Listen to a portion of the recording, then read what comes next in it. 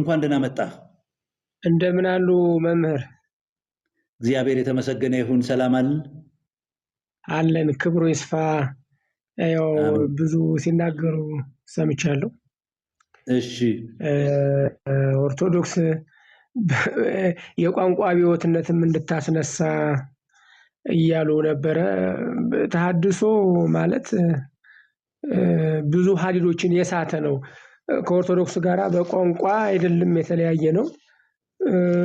ብዙ ያስተምህሮ ስህተቶች አሉ። በተለይ የመዳን ትምህርት ላይ አንገናኝምና እንዴት ነው እናንተ ሳትድኑ እንደውም ሌላውን ጴንጤ ልታመጡ የምትችሉ? ስጋው ደግሞ ላይ አንግባባም፣ ምልጃ ላይ አንግባባም፣ ጥምቀት ላይ አንግባባም። እንዴት ነው በዛ አንፃር እንዴት ነው አንድ ልንሆን የምንችለው? ሲቀጥል ደግሞ ኦርቶዶክስ ኢየሱስ አልተሰበከም እያላችሁ ነው።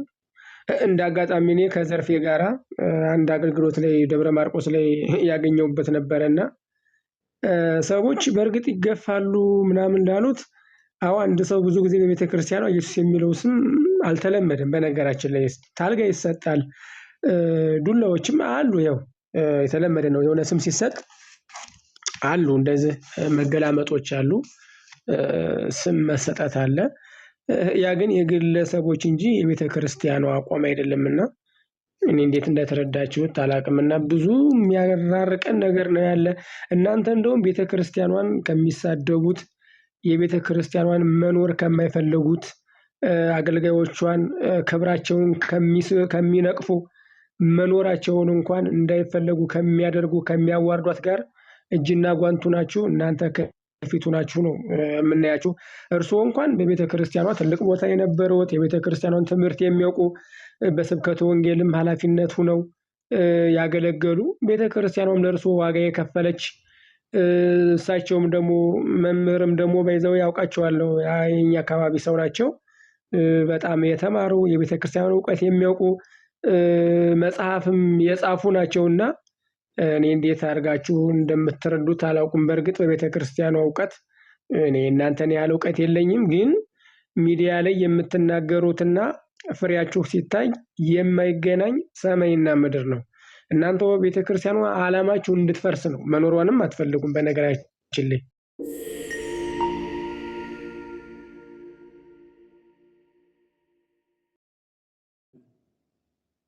ለስዕልና ለመስቀል አንሰግድም፣ ምክንያቱም ስዕል ሰሌዳ ነው። እግዚአብሔር ለዘላለም የተባረከ ይሁን። በደንብ ስሙ። አንዳንዶች አንብባችሁታል፣ ግን በልዩ መንፈስ እንድትረዱት እንፈልጋለን። ምክንያቱም የማንሰግድበት ምክንያት ልብ በሉ፣ ስዕል ሰሌዳ ነው፣ የማንኛውም ነገር መጻፊያ ነው። ስለዚህ በሸራ ተወጥሮ፣ በጨርቅ ተወጥሮ፣ በጀሶ በግርግዳ አድርገን የምናደርገው ስዕል ሰሌዳ ነው። መንፈስም ነፍስም ሕይወትም የለውም። እግዚአብሔርንም ማንንም ሊወክል አይችልም። መስቀልም የጎለጎታ እንጨት ነው። ክርስቶስ እንደተሰቀለ አልካዱም። የጎለጎታ እንጨት ነው። ክርስቶስ የተሰቀለበት መስቀል ነው። ስለዚህ አንሰግድም አሉ። ሶስተኛ የኑፋቄ ትምህርቱን የፈጠረው አጼ ያግብአ ጽዮን የተባሉ ንጉስ ምን ማለት ነው?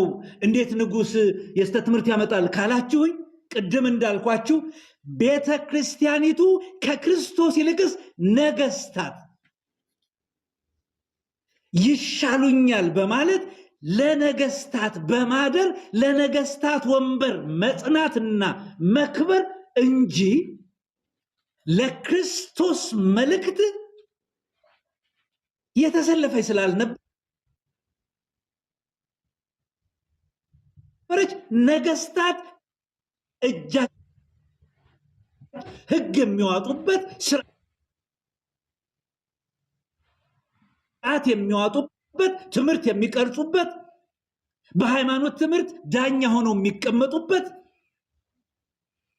እንዲህ አይነት ነገሮች ከአራተኛው ክፍለ ዘመን ጀምሮ ከቆስጠንጢኖስ ዘመን ጀምሮ በቤተ ክርስቲያን ውስጥ የዳኝነት ስፍራ እየያዙ አላውያን ነገስታት፣ እምነት አልባ ነገስታት የሃይማኖት ሕግ ሲያወጡ እናያለን። በዚህ ምክንያት እነዚህ ሁለት መነኮሳት የጨከኑ ሰዎች ለስዕልም ለመስቀለኛ እንጨትም ስግደት አይገባም ብለው የዛሬ 740 ዓመት ኦርቶዶክሳውያን ስሙን የተነሱ ጀግኖች የወንጌል አርበኞች ነበሩ።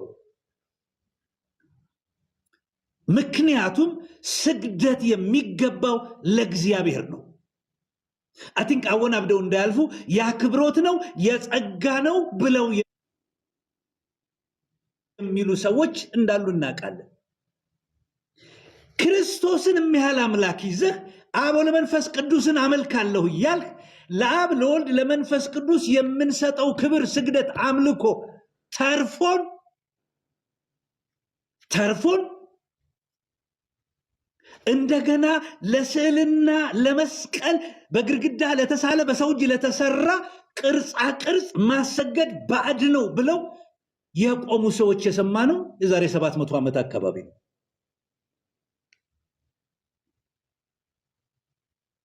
ስለዚህ ወንድሞቼ እና እህቶቼ ተሐድሶ እነ ጌታቸው ያመጡት፣ እነ መምህር ጽጌ ያመጡት፣ እነ መምህር ሀብታሙ ያመጡት፣ ትላንት የተነሱ ወጣቶች ዛሬ 30፣ 40፣ 50 ዓመት የሚሞላቸው ልጆች ያስነሱት አይደለም።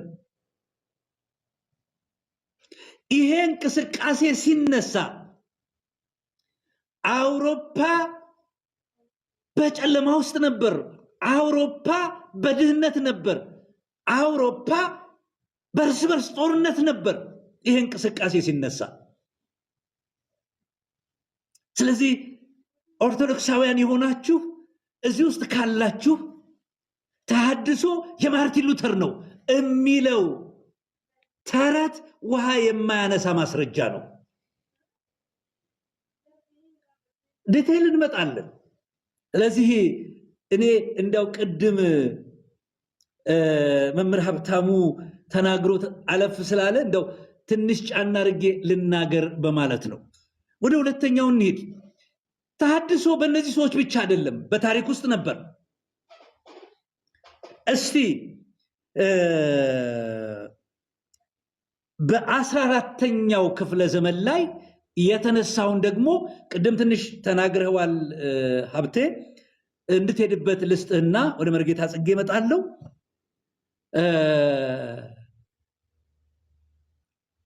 ከአውሮፓ ተሐድሶ ቀድሞ በኢትዮጵያ ውስጥ የተሰማውን ደማቁን ተሐድሶ ሊቀ ጠበብት ጌታቸው ኃይሌ ካሉት ተነስተ ምልከታን አሳየን።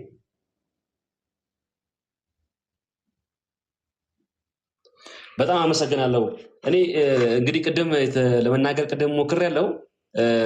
ጽሁፉን ባሳይ በጣም ደስ ይለኛል። ጌች አንተ ያሳየኸውን ሐሳብ ዘርዘር አድርገህ ያስቀመጥከውን ሐሳብ ገጽ 24 ላይ ያገኙታል። እዚህ ጋር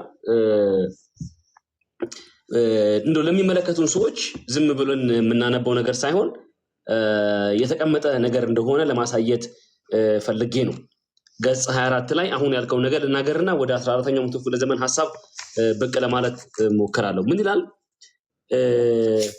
ደቂቀ እስጢፋኖስ ይወቁት አይወቁት አይታወቅም ካሉ በኋላ ለስዕልና ለመስቀል አንሰግድም ማለት በኢትዮጵያ ታሪክ አዲስ ሐሳብ አይደለም ይላሉ። እንግዲህ ይህ የሚሉት ፕሮፌሰር ጌታቸው ኃይሌ ናቸው።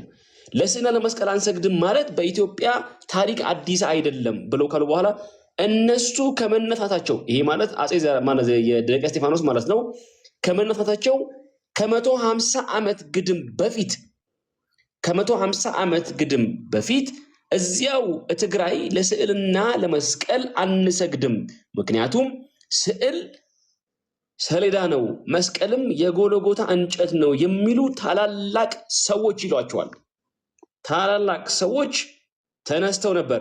ነገር ግን አጼ አግበ ጽዮን ከ1278 እስከ 1286 የቆዩ ንጉስ ናቸው።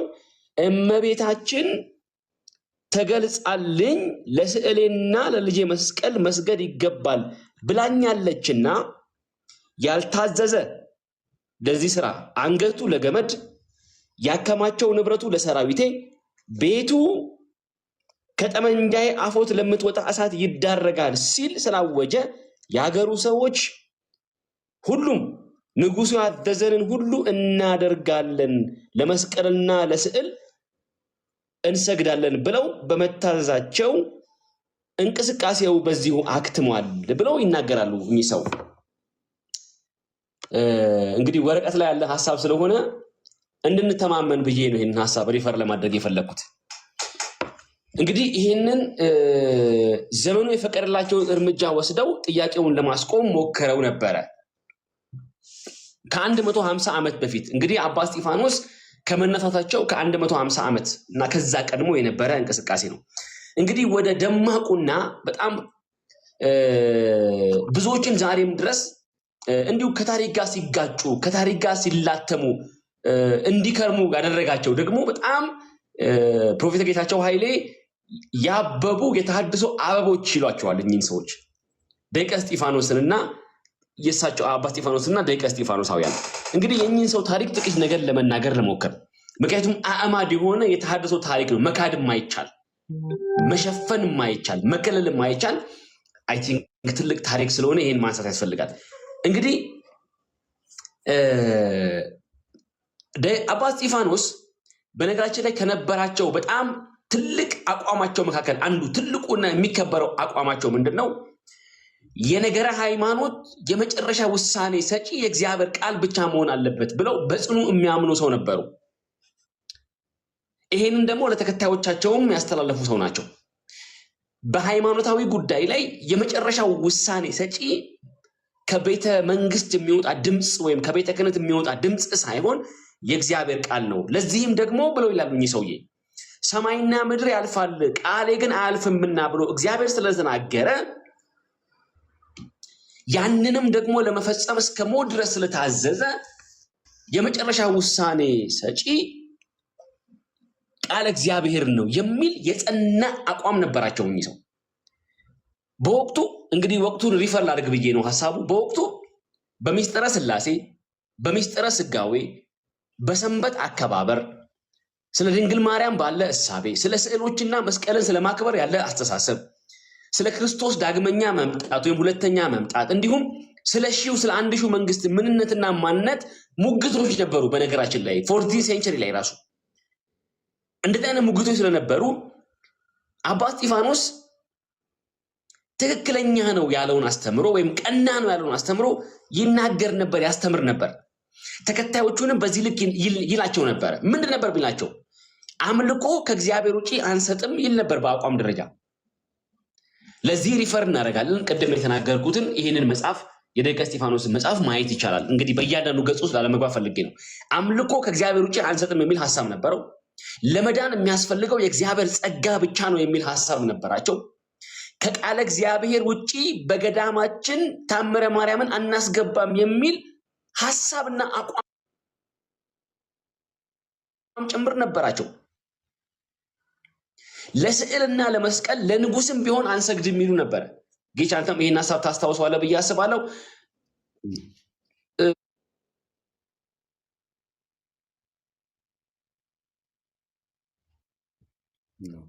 እኚህ ሰዎች እንደሚታሙ አንዳንድ ሰዎች እንደሚሏቸው በታሪክ ላይ ሽፍጥን ለመፈጸም ዛሬ ከሞት ተነስተው መልስ ሊሰጡ የማይችሉ ሰዎችን የሚከሷቸው አንዳንዶች በጣም ደፋር የሆኑ ሰዎች እንግዲህ አሁን እዚህ ጋር ማንሳቱ ተገቢ እንደሆነ ባላስብም ግን የምሁርነትን የዶክተርነትን ካባ የደረቡ ሰዎች በአካዳሚ ውስጥ አልፏ ብለን የምንላቸው ሰዎች እነዚህ ዓለምን ክደው በምንኩስና ህይወት እንጸድቃለን ብለው የሚያስቡ ሰዎችን እንኳን ምንም በዚህ መንገድ ልክ ያሉ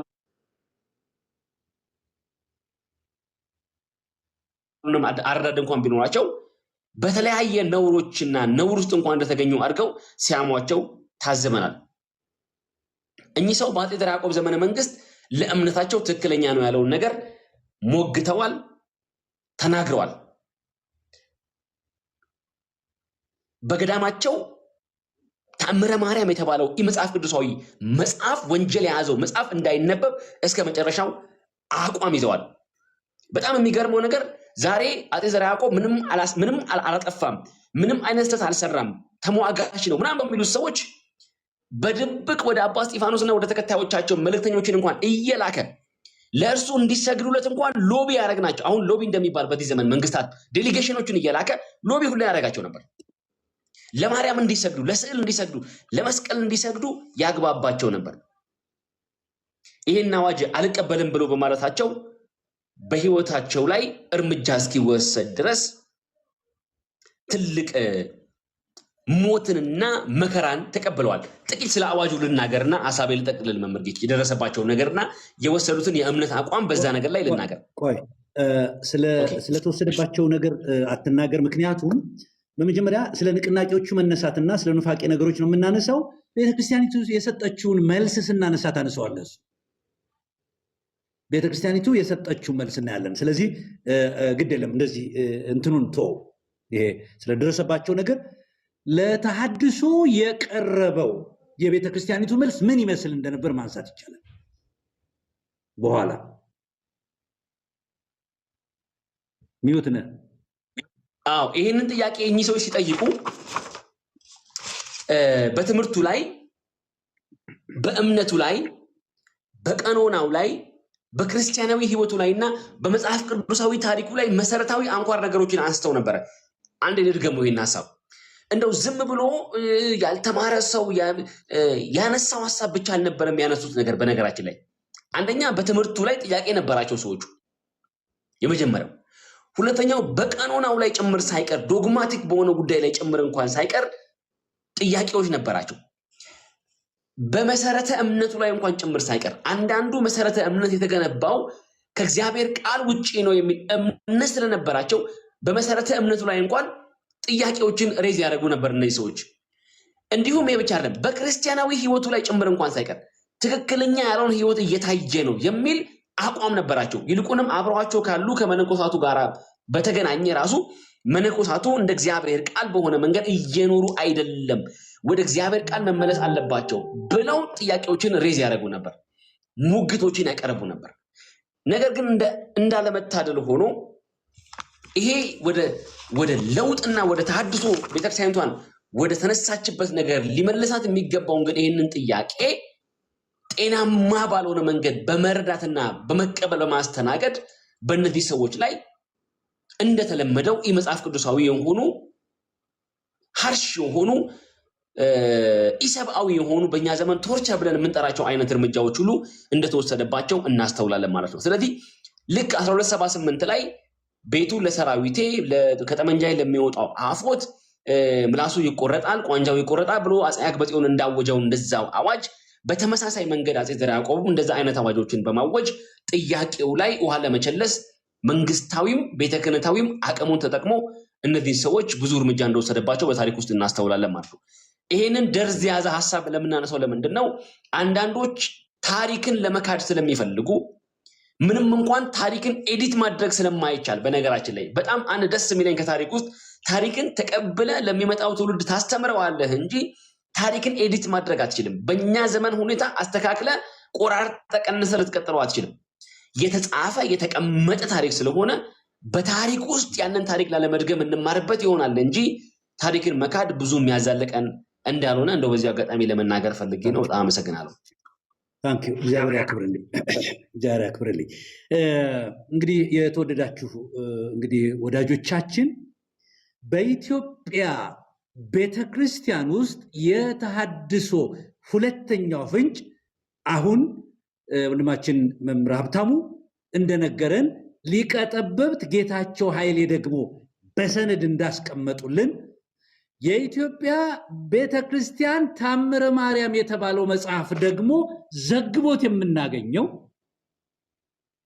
ይሄ የአፄ ዘርዓ ያዕቆብና ማን ነው የነ አባ እስጢፋኖስና የተከታዮቻቸው የተሐድሶ ፍንጭ የምናይበት ሁለተኛው ነው።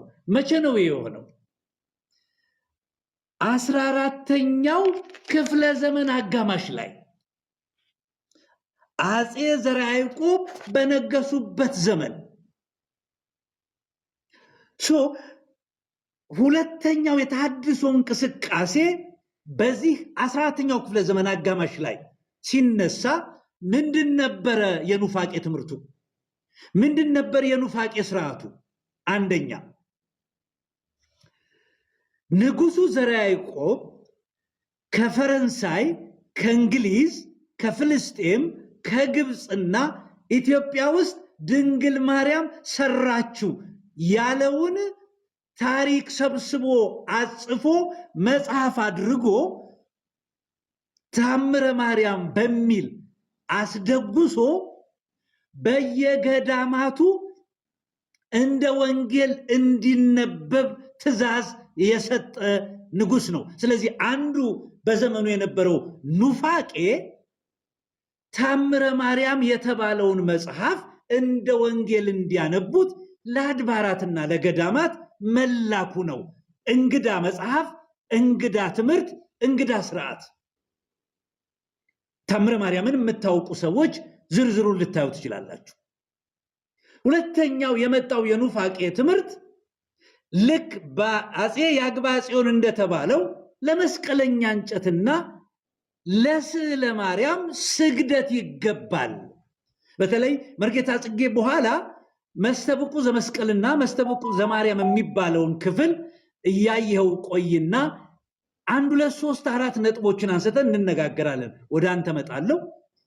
በእነዚህ መስተብቁ ዘመስቀልና መስተብቁ ዘማርያም በሚባለው ድርሰቱ ውስጥ አያችሁ ለመስቀለኛው እንጨትና ለስዕለ ማርያም ስግደት እንደሚገባ ለሉ ክሌቱ ፍጥረ ይደሎሙ ስብሐተ ፈጣሪ የሚለውን ፓርት አጽፎ በመገኘቱ በተአምረ ማርያም ላይ ይሄ ለስዕልና ለመስቀለኛ እንጨት ስግደት ይገባል የሚለው ሁለተኛው ኑፋቄ አድምቆ ጨምሮ ማምጣቱ።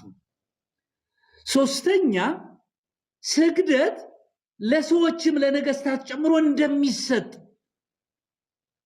ይናገራል። ከየት አገኘ ነው?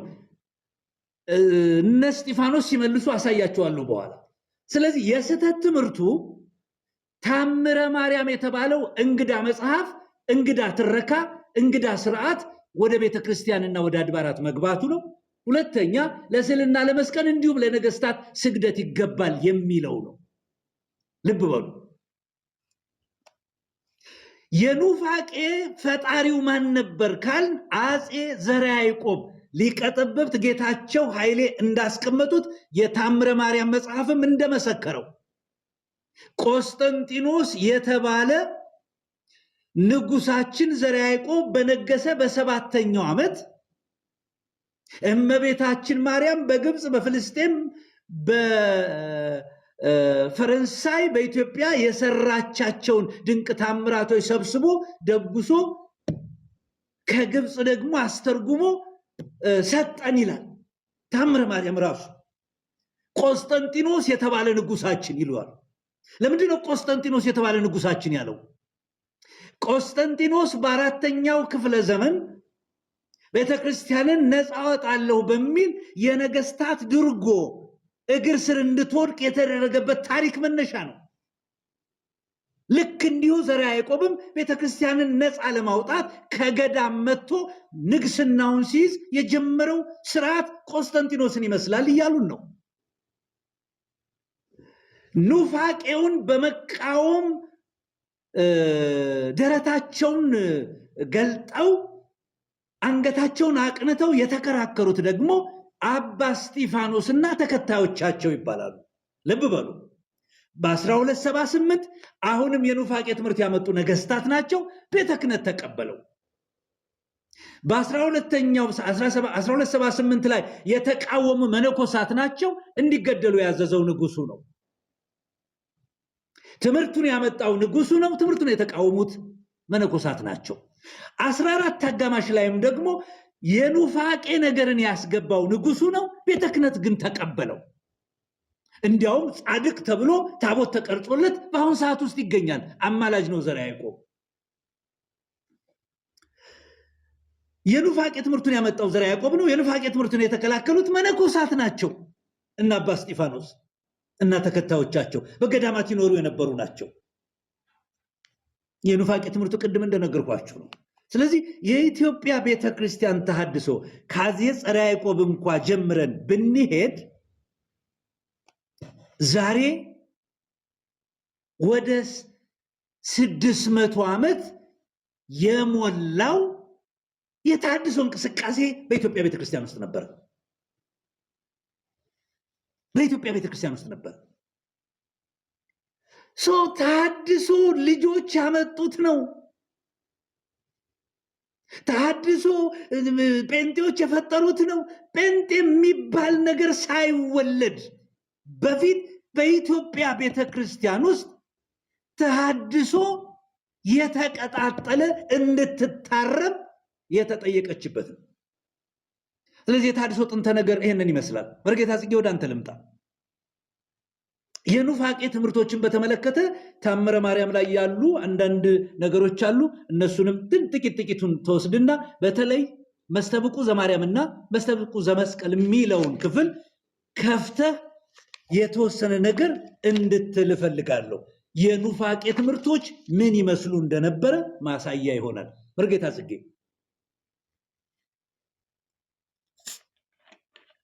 እሺ፣ አመሰግናለሁ። እንግዲህ ያ ወቅት እጅግ አደገኛ፣ ከፍተኛ ድብድብ፣ ከፍተኛ ፍጅት የተካሄደበት እልህና ቁጭት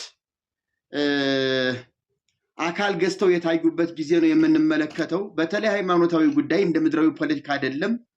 በነኩት ቁጥር እየባሰ እየገነፈለ እየጨከነ የሚሄድ ነገር ነው የሚታየው። ጥቂት ሰዎች ሁነው ግን ቤተ ክህነቱንም ቤተ መንግስቱንም እንዴት እንደተፈታተኑት የሚያሳይ ነገር ነው የምንመለከተው። ሁለት መጽሐፎችን ነው አሁን የማየው። አንዱ ታምረ ማርያም ነው። በትልቁ ላርግህና ውጣ።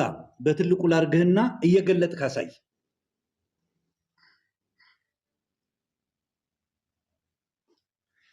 እሺ፣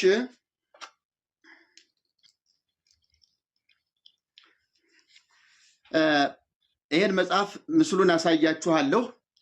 ይሄ ታምረ ማርያም መጽሐፍ ነው።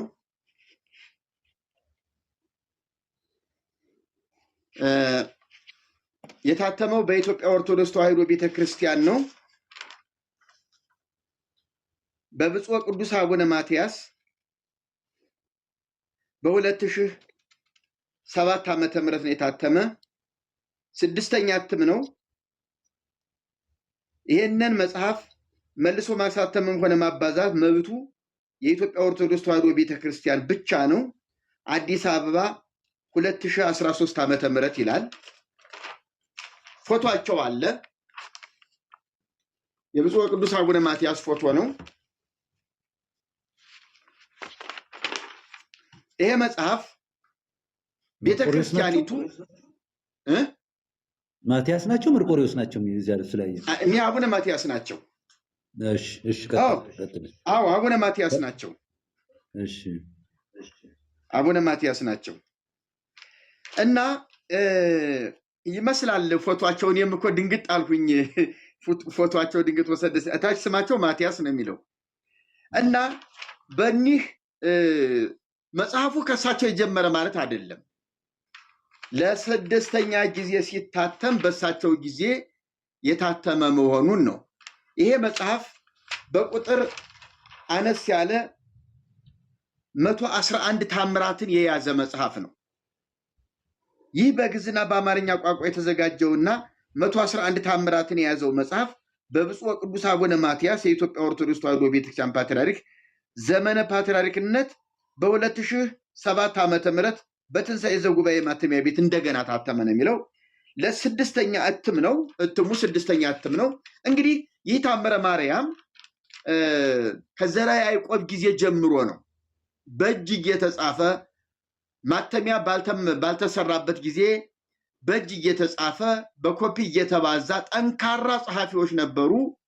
ጠንካራ አዘጋጆች ነበሩ። እነዚህ አባቶች ይህንን መጽሐፍ በብዙ ጥረትና ጥንቃቄ በንጉሥ ትእዛዝና በንጉሥ ባጀት፣ የሚገርመው ነገር እኔ በቆሎ ትምህርት ስሰማ የስንክሳር መጽሐፍ፣ ትልልቅ ታምረ ማርያም ተጽፎ እዚያ ቤተክርስቲያን በብራና ስናገኘው የቤተክርስቲያኒቱ እድሜ ያላቸው ትልልቅ አባቶች ሲናገሩ ይሄ መጽሐፍ የ2000 ፍየል ቆዳ ጨርሷል ይሉን ነበረ። 2000 ፍየል ቆዳ 2000 ፍየል ታርዶ የ2000 ፍየል ቆዳ እንግዲህ መጽሐፉ ትልልቅ ነው። ምናልባት የአንድ ፍየል ቆዳ በቀኝና በግራው ያለው ለ4 ገጽ ነው የሚሆነው። በአንድ በኩል ያለው በግራ በኩል ያለው ጎኑ 2 ገጽ ይይዛል በቀኝና በግራ። በዚህኛው በኩል ያለው ደግሞ 2 ገጽ ነው የሚይዘው። ስለዚህ በጥቅሉ አንድ ፍየል 4 ገጽ አለው ማለት ነው። እና 2000 ፍየል ታርዶ በዚያ ቆዳ ያ ቆዳ ለስልሶ ነው ቀለሙን ራሳቸው አዘጋጅተው ጥቁር ቀለም፣ ቀይ ቀለም ተብሎ እንደዛ አዘጋጅተው ነው ያን ትልልቅ ታምረ ማርያም ሲጽፉ የነበረ ስንክሳር ሲጻፍ የነበረ እና በዚያ ጊዜ ከዚያ ጊዜ ጀምሮ ነው ማለት ነው ታምረ ማርያም ተዘጋጅቶ ተጽፎ የመጣው። እዚህ ከመግቢያው ላይ ከትልቁ የሁዱ መቅድም ላይ እንዲህ የሚል እናገኛለን። መጽሐፉ ውግዘት እንዳለው ትልልቅ አባቶች፣ መንፈሳውያን አባቶች፣ ቅዱሳን አባቶች እመቤታችን ራሷ በግልጥ እየታየች የምታነጋግራቸው አባቶች የሰሩት ያወገዙት የደነገጉት እንደሆነ ተደርጎ የተጻፈ መጽሐፍ ነው። እንግዲህ በወንጌል ስትመዝኑት እውነት እኒህ አባቶች ማርያም ተገልጣ ያነጋገረቻቸው ናቸው ወይስ በመንፈስ ዓለም ውስጥ ገብተው በሐሰተኛ መናፍስት የተመሩ ናቸው የሚለውን በወንጌል ሚዛን ስንመዝነው ማንነቱን ራሱ ያጋልጣል። ምንድነው የሚለው? የሰሩትን መምህራን ይላል የይሁዱ መቅድም ቁጥር 2 ላይ የሰሩትን መምህራን እመቤታችን ዘወትር የምታነጋግራቸው ሃይማኖታቸው የቀና ምስጢርን የሚያስተምሩ ክቡራን የሚሆኑ ሊቃነ ጳጳሳት ናቸው። ልብ በሉ እንግዲህ ይሄን መጽሐፍ ክብደት ለመስጠት በወቅቱ የነበሩትን ሰዎች የሆነ ውጥረት ውስጥ ለመክተት ጥርጣሬ ውስጥ ወንጌል ትክክል እንዳልሆነና የእመቤታችን ታምር የሚባለው መጽሐፍ ግን በጣም በድንቅና በሚገርም ሁኔታ የተጻፈ መሆኑን አጠንክሮ ለመናገር የተሄደበት ፍልስፍና ነው። በራእይ የምታነጋግራቸው ጊዜ አለ፣ በህልም የምታነጋግራቸው ጊዜ አለ፣ ተገልጻም የምታነጋግራቸው ጊዜ አለ ይላል ቁጥር 3 ላይ። እኒህም ድንቅ ድንቅ ታምራት የሚሰሩ አባ አብርሃም፣ አባ ማርቆስ፣ አባ ማቴዎስ ናቸው። ይህን መጽሐፍ ያዘጋጁት 3 ጳጳሳት ናቸው። ከነዚህ በፊት ይሄ ታምረ ማርያም አልነበረም ማለት ነው። ልብ በሉ ይሄ ታምረ ማርያም መኖር የጀመረው እድሜ ያስቆጠረው እነዚህ 3 ጳጳሳት በነበሩበት ጊዜ ነው። አባ አብርሃም፣ አባ ማርቆስ፣ አባ ማቴዎስ እንደተነጋገረቻቸው ፍጹም ታምራትም እንዳደረገችላቸው የታምራታቸው ዜና የእመቤታችንን ታምራት በሚናገር መጽሐፍ ተጽፏል ብሎ ታሪካቸውም በዚሁ ራሳቸው በጻፉት መጽሐፍ ተጽፎ እንደሚገኝ የተናገረው እንግዲህ ራሳቸውን በራሳቸው እዚህ ላይ ጽፈዋል ማለት ነው። ምንድን ነው የሚለው? ከዚያ ቀጥሎ እንግዲህ ታምረ ማርያም እነዚህ 3 ጳጳሳት ያዘጋጁት ነው። ወደ ኢትዮጵያ ሲመጣ ደግሞ ኢትዮጵያ ተጠርተው ሌሎች 3 ጳጳሳት በውግዘት እንደሰሩት ደግሞ ቀጥሎ ያለው ክፍል ይገልጽልናል። አባ ሚካኤል እና አባ ገብርኤል በሚባሉ ጳጳሳት ዘመን አባ ዮሐንስም ኤጲስቆጶስነት በተሾመ ወራት ከግብፅ ወደ ኢትዮጵያ በመጡ በ3 ዓመት የሥርዓታቸው መጽሐፍ ከአረብ ቋንቋ ለኢትዮጵያ ሰዎች በግዕዝ ቋንቋ ተተረጎመ ይላል። እንዴትና የትኛው ታምር ተተረጎመ? ስንት ታምረ ማርያም ወደ ኢትዮጵያ ተተርጉሞ መጣ? እውነት የተተረጎመው ታምረ ማርያም አሁን እኛ እንደያዝነው እኛን ግራ እንደሚያጋባን እንደምናወግዘው ታምረ ማርያም ነው ወይስ ምን አይነት መልክ ነበረው? እሱነን ምናልባት ጊዜ ሲኖረን የምናየው ይሆናል። ነገር ግን እነዚህ 3 ጳጳሳት ከግብፅ ወደ ኢትዮጵያ መጡና እነዚያ 3 ጳጳሳት የሰሩትን መጽሐፍ ለኢትዮጵያ ሰዎች ተረጎሙት። የተተረጎመበት ዘመን ቆስጠንጢኖስ የተባለ ንጉሳችን ዘርዓ ያዕቆብ በነገሰ በ7 ዓመት ይሄ መጽሐፍ ተተረጎመ እና የሥርዓታቸው መጽሐፍ እንግዲህ ይሄን ይመስላል ብሎ መጽሐፉ ምን አይነት መልክ እንዳለው የበዓላት አከባበሩን ሌላውም ያለውን ነገር ሁሉ በሚገባ ይገልጻል ማለት ነው። እንግዲህ ታምረ ማርያም በአፄ ዘርዓ ያዕቆብ ተዘጋጀ ሲባል እነማን አዘጋጁት? ከመቼ ጀምሮ ዝግጅቱ ተጀምሮ ተጠናቀቀ? ኢትዮጵያ ላይስ እንዴት አገልግሎት ጀመረ? የሚለውን ይሄ መጽሐፍ ታምረ ማርያም ራሱ ይገልጥልናል ማለት ነው። እና አባ እስጢፋኖስ የቅርብ ታሪክ አዋቂዎች ስለሆኑ ይሄ መጽሐፍ ሲዘጋጅ በቅርብ በእድሜም አብረው ስለነበሩ ከየት የመጣ ነው በማለት የመቃወም አቅም ያገኙትም ከዚህ የተነሳ ነው። ሰው ሰራሽ መጽሐፍ አንቀበልም አሉ። በዚህ መጽሐፍ ውስጥ የተጻፈው ስግደት እንዲያውም ትንሽ ልንገራቸው። እዚህ ላይ ቆይ ይቅርታ፣ እዚሁ የእነ አባ እስጢፋኖስ ታሪክ አለ። እዚህ ላይ ትንሽ ከመግቢያው ላይ ስለነሱ የተባለውን ልንገራችሁ። ዘከመ ይደሉ ሰጊድ ለመስቀል ወለግዝእትነ ይላል። ገጽ 94 ላይ ይገኛል። ማስታወሻ መያዝ የሚችል ማስታወሻ መያዝ ይችላል። ገጽ 94 24ኛ ታምር ላይ ነው በያዝኩት ታምረ ማርያም የሚናገረው። በክርስቲያን ሀገር አንዲት ታላቅ ሀገር ነበረች ነው የሚለው። ኢትዮጵያ አይላትም። ዝም ብሎ በአንዲት ሀገር አንዲት ታላቅ ሀገር በክርስቲያን ሀገር አንዲት ታላቅ ሀገር ነበረች። ነገስታቷን ጳጳሳቷን በውስጧ የሚኖሩ ክርስቲያንም ሁሉ ይወዷት ነበሩ። አምላክን የወለደች በድንጋሌ ስጋ በድንጋሌ ነፍስ የጸናች የክብርት እመቤታችን በዓሏንም ያከብሩ ነበር። ተመልከቱ እንግዲህ ይሄ መጽሐፍ እዚያው ተጽፏል፣ እዚያው ተሰርቷል፣ ስራው እዚያው ጀምሯል ማለት ነው። ከዚያስ እየሰገዱ ይገዙላት ነበር። ሁለተኛም የልጇን መስቀሉን በዓል ያከብሩ ነበር። ለሱም እየሰገዱ ይገዙለት ነበር፣ እጅ የሚነሱት ነበር። ያድነናል ብለው አምነው ይሸከሙት ነበር ነው የሚለው ታምረ ማርያም የሚለው ስለ መስቀሉ አፄ ዘርዓ ያዕቆብ ስላወጀው አዋጅ የሚገልጠው ታምረ ማርያም። ከዚያስ ምን ሆነ? በዚያችም ሀገር ሐሳዊ መሲህን የመሰለ በስም ክርስቲያን ነኝ የሚል ጽኑ ከሃዲ ተነሳ። እንዴት አድርገው አጥፋፍተው እንደጻፉት ተመልከቱ። በዚያችም ሀገር ሐሳዊ መሲህን የመሰለ በስም ክርስቲያን ነኝ የሚል ጽኑ ከሃዲ ተነሳ። ሰውየውም ቄስና መነኩሴ ነኝ ይል ነበር። በስራው ግን ፍጹም አይሁዳዊ ነበር፣ የዲያብሎስ የግብር ልጅ ነበርና። ያም ከሃዲ አይሁዳዊ የሚሆን እኔ ለማርያም አልሰግድም ለልጇ መስቀልም አልሰግድም አለ። ለብዙ ሰዎችም ከውሾች ሬሳ ይልቅ የሚያጸይፍ ይህን ጥፉ ትምህርቱን አስተማራቸው። ያን ጽኑ ከሃዲ ግን ከምዕመናን ለዩት እያለ ምን ያህል ፉክክሩና ድብድቡ ጦርነቱ ምን ያህል ብርቱ እንደነበረ የሚያሳይ ነገር ነውና በምን ላይ ቁመው በአሸዋ ላይ ቁመው አለት ላይ የቆመውን ሰው ሲነቀንቁት እንደነበረ ነው የምንመለከተው።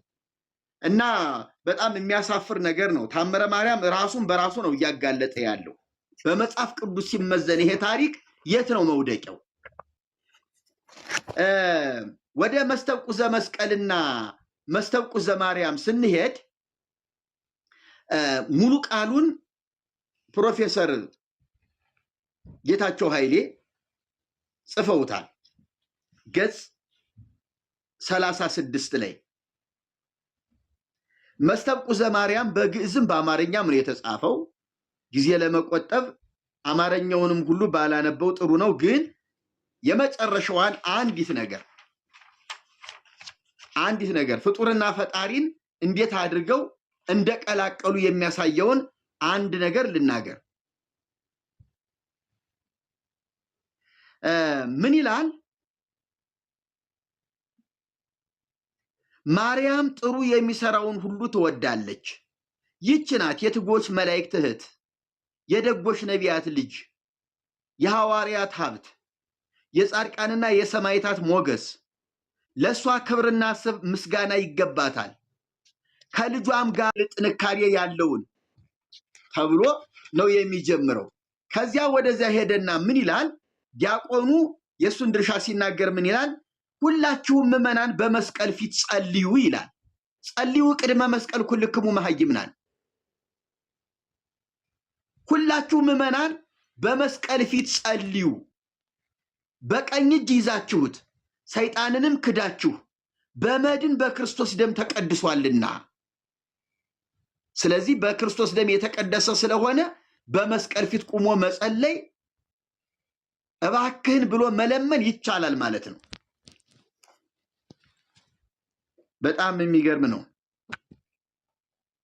ህዝቡ እንዲህ ይላሉ ከዲያቆኑ ተቀብለው የእንጨቶች ንጉሥ መስቀል ሆይ ክቡር ነህ። የመስቀል እንጨት ሆይ ክቡር ነህ። በክርስቶስ በቃል ደም የተቀደስክ ክቡር ነህ እየተባለ ለመስቀሉ ውዳሴ፣ ቅዳሴ፣ ዝማሬ እየቀረበለት ነው። ቀጠለ። ሁልጊዜ የሚጠቀስ አንድ አባባል አለ። ስለዚህ የቅዱስ ወንጌል መምህራኖች አዘዋልና የልዑል ፈጣሪ ምሳሌዎች ለመስቀልና ለድንግል ማርያም እንስገድ። ንስግድ ለመስቀል ወለማርያም ድንግል አምሳለ ፈጣሪ ልዑል። የልዑል ፈጣሪ አምሳል ለሆኑ ወይም እኩያ አቻ ለሆኑ ለመስቀልና ለማርያም ስግደት እንስገድ። ለማርያም የምንሰግድላት ከስጋዋ ስጋ ስለወሰደ እግዚአብሔር ፈጣሪዋ እኛም ከሷ መድኃኒትን ክርስቶስን ስላገኘን ነው። ለመስቀል እንጨት ደግሞ በፊት እንደተናገር ነው እላዩ ላይ ደሙ ስለተንጠባጠበ የማይሰቃይ ቃል በስጋ በባህሪ የተሰቃየው ለነዚህ ሁለት ፍጡሮች የፈጣሪ ስብሐት ይገባቸዋል፣ የፈጣሪ ምስጋና ይገባቸዋል፣ በክብራቸው ተካክለዋልና አሁንም ሁልጊዜ ለዓለም ዓለም በማለት ይደመድማል። ይሄ እንግዲህ በወቅቱ እነ አባ እስጢፋኖስን አንገታችን ተቀንጥሶ ይውደቅ እንጂ ይህንን አንቀበልም በማለት አምርረውና ጨክነው የወጡበት ውሳኔ ነበረ። ለእሉ ክልኤቱ ፍጡራን ስብሐተ ፈጣሪ ይደልወሙ፣ ለእነዚህ ለሁለቱ ፍጥረቶች ስብሐተ ፈጣሪ ይደልወሙ፣ የፈጣሪ ምስጋና ይገባቸዋል። እስመ ተአረዩ በክብሮሙ፣ በክብራቸው ተስተካክለዋልና። እንግዲህ ከማን ጋር ተስተካክለው ነው የፈጣሪ ምስጋና የተገባቸው? ከፈጣሪ ጋር ስለተስተካከሉ። ምክንያቱም ማርያምም ከስጋዋ ስጋ ከነፍሷ ነፍስ ከሷ ስለተወለደ ወደ እኩልነት ደረጃ ወጥታለች። መስቀልም የክርስቶስ ደም ስለፈሰሰበት ከክርስቶስ ጋር ወደ እኩልነት ደረጃ ወጥቷል ማለት ነው። ስለዚህ ለእነዚህ ሁለት ፍጥረቶች የፈጣሪ ምስጋና ይገባቸዋል፣ በክብራቸው ተስተካክለዋልና በማለት ለዓለም ዓለም ብሎ ይደመድማል። ስለዚህ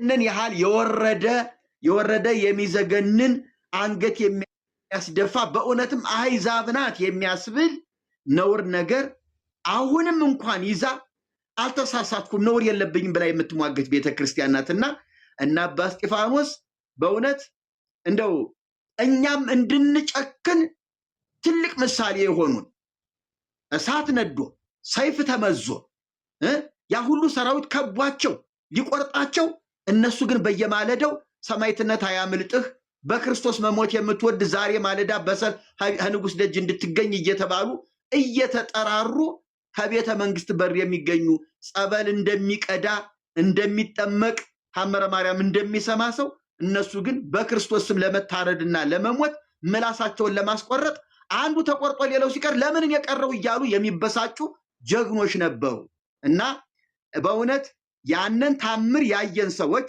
ያንን ታሪክ ያየን ሰዎች ከዚያ በእጥፍ ልንጨክን የሚገባበት ሁኔታ ነውና ያለው። እኛ ደግሞ እንግዲህ ይሄንን አይተን ምን አድርገን በምን ሁኔታ መውጣት እንዳለብን ትልቅ ትምህርት ይሰጠናል። የእነ አፄ ዘርዓ ያዕቆብና የእነ አባ እስጢፋኖስ ታሪክ ይሄንን ይመስላል። ታንኪዩ፣ እግዚአብሔር ያክብርልን። የተወደዳችሁ የክርስቶስ ቤተሰቦች ለምንድነው ይህን እያወራን ያለ ነው? እንዲሁ ትንሽ ነቃ ብላችሁ እንድትሰሙን የምንፈልገው ነገር ተሐድሶ የትላንት ተሐድሶ የልጆች ተሐድሶ እዚህ ግቡ የማይባሉ ተሐድሶ ያልተማሩ ሰዎች፣ የቤተ ክህነት እውቀት የሌላቸው ሰዎች፣ ተሐድሶ መጽሐፍ ቅዱስ ያላወቁ ያልተማሩ፣ በቤተ ክርስቲያኒቱ ትምህርት ቤት ያላደጉ ተብሎ እየተወራ ያለው ይሄ ምንድነው የሚባለው? አንተ ስትከስር የጓደኛ ማደግ ያበሳጫል እንደሚባለው የተበሳጩ ሰዎች የሚያነሷቸው ክርክሮች ምን ያህል የተሳሳቱ እንደሆነ የሉተር ቡችላዎች፣ የፕሮቴስታንት ተላላኪዎች፣ የአውሮፓ ቀጥረኞች የሚባለው ቅድም እንደነገርኳችሁ እኛ ሀገር የተሐድሶ እንቅስቃሴ ሰዎች ሲነሱ አውሮፓ እርስ በርስ ጦርነት የነበረበት፣ አውሮፓ በድህነት የነበረበት፣ በችግር ውስጥ የነበሩበት ዘመን ላይ ነው እግዚአብሔር ለኢትዮጵያ ቤተክርስቲያን የተሐድሶ ጥሪ የሰጣት። ይህን የተሐድሶ ጥሪ የመለሰችበት መልስ ግን የሚዘገንን ነው። ለመስቀልና ለስዕል ስግደት አይገባም ሲሉ ሊቃውንት ተሰብስበው መምህራን ተጠርተው መጽሐፍ ቅዱስ ተዘርግቶ ትምህርተ ሐዋርያት ትምህርተ ክርስቶስ አብነት ተደርጎ ቁጭ ተብሎ ውይይት ተደርጎ መፍትሄ መስጠት ሳይቻል ለንጉስ ያደሩ በንጉስ ድርጎ የተገዙ ሰዎቻችን የንጉሱን ካፉ የወጣውን ቃል በማስፈጸም እነዚህ ሰዎች ላይ እርምጃ ሲወሰድ የባረኩ፣ በእነዚህ ሰዎች ላይ እርምጃ እንዲወሰድ ፕሮፖዝ ያደረጉ፣ እነዚህ ሰዎች እርምጃ ሲወሰድባቸው ቆመው የተመለከቱ፣ ስለ ክርስቶስ ሲወራ ስቀለው ስቀለው ያሉ ሰዎች ናቸው በቤተ ክርስቲያኒቱ ውስጥ ያሉ። የተመለሱ መልሶችን አንድ ሁለት ነገሮችን እንመልከት። በአፄ የአግባ ጽዮን ዘመን የተነሱት ሁለቱ መነኮሳት ለስዕልና ለመስቀል አንሰግድም ሲሉ ንጉሱ ምንድነው ያዘዘው? ያዘዘው እንደዚህ ነው የሚለው፣ እኔ ላየሁት ራእይና ለተናገርኩት ነገር ያልተገዛ አንደኛ አንገቱ ለገመድ ማለት መታነቅ፣ በደንብ ስሙ፣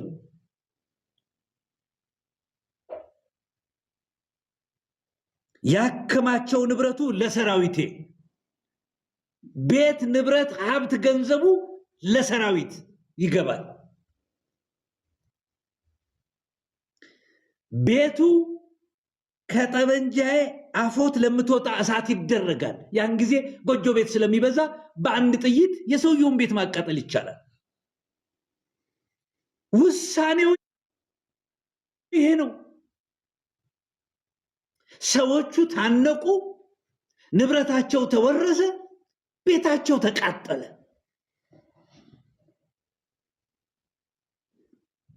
እንግዲህ ልብ በሉ፣ ቤተ ክርስቲያኑ የቀረበላትን ጥያቄ መስማት አልፈለገችም። ወይም እንዳትሰማ የሚከለክሉ ሰዎች ነበሩ። ወይም በቤተ መንግስት ድርጎ የተገዙ ካህናቶቹ ከንጉሱ ግብር ላለመጥፋት ሲሉ ክርስቶስን አቃለውት፣ ትምህርቱን አቃለውት፣ በንጉሱ ቡራኬ ይኖሩ ነበር። ስለዚህ የኢትዮጵያ ቤተ ክርስቲያን ይሄን እድል አጠፋችሁ። ኦኬ። በአፄ ዘርዓ ያዕቆብ 14ኛው ክፍለ ዘመን የተወሰደው እርምጃ ምንድን ነው? በዚህ ዘመን ደግሞ የተነሱት መነኮሳት ቁጥራቸው የበዛ የራሳቸው ገዳም የመሰረቱ ተማሪዎች ያላቸው በመሆኑ በቀላሉ ትምህርቱ ሲሰራጭ ንጉሱና ቤተ ክህነቱ አበዱ። ስለዚህ ለንጉሱ መተው ያሉት ምንድን ነው? እነዚህን ሰዎች ካላስታገስ በመንግስት ላይ አመጽ መነሳቱ አይቀርም። የንጉስ ትእዛዝ የማይከበር ከሆነ ከዚህ በኋላ የሚነሳ ሁሉ የንጉሱ ቃል ማጠፍ ይጀምራል። ስለዚህ እነዚህ ሰዎች ቃልህን እምቢ ብለዋልና ተገቢ እርምጃ እንዲወሰድባቸው ብለው ፕሮፖዝ ያቀረቡት እነሱ ናቸው። ንጉሱ የወሰደው ምንድን ነው?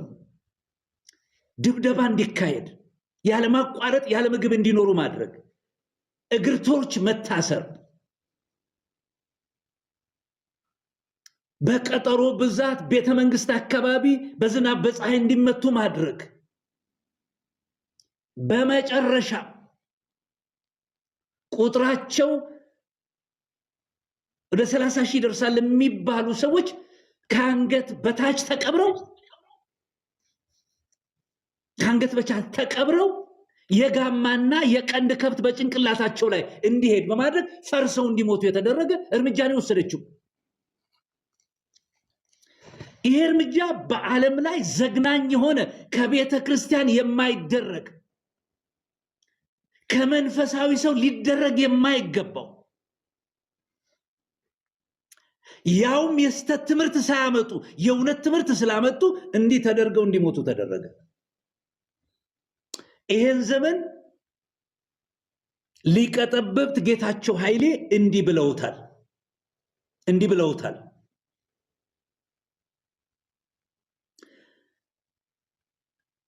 የአፄ ዘርዓ ያዕቆብን ዘመን ሳስብ ምን ነው በዚያን ጊዜ በተወለዱ፣ ስሙ፣ ምን ነው በዚያን ጊዜ በተወለዱ እንኳን በዚያን ጊዜ ያልተወለዱ የሚል ስሜት ይሰማኛል አሉ። እኒህ ሰው የኦርቶዶክሳዊ ናቸው። ጌታቸው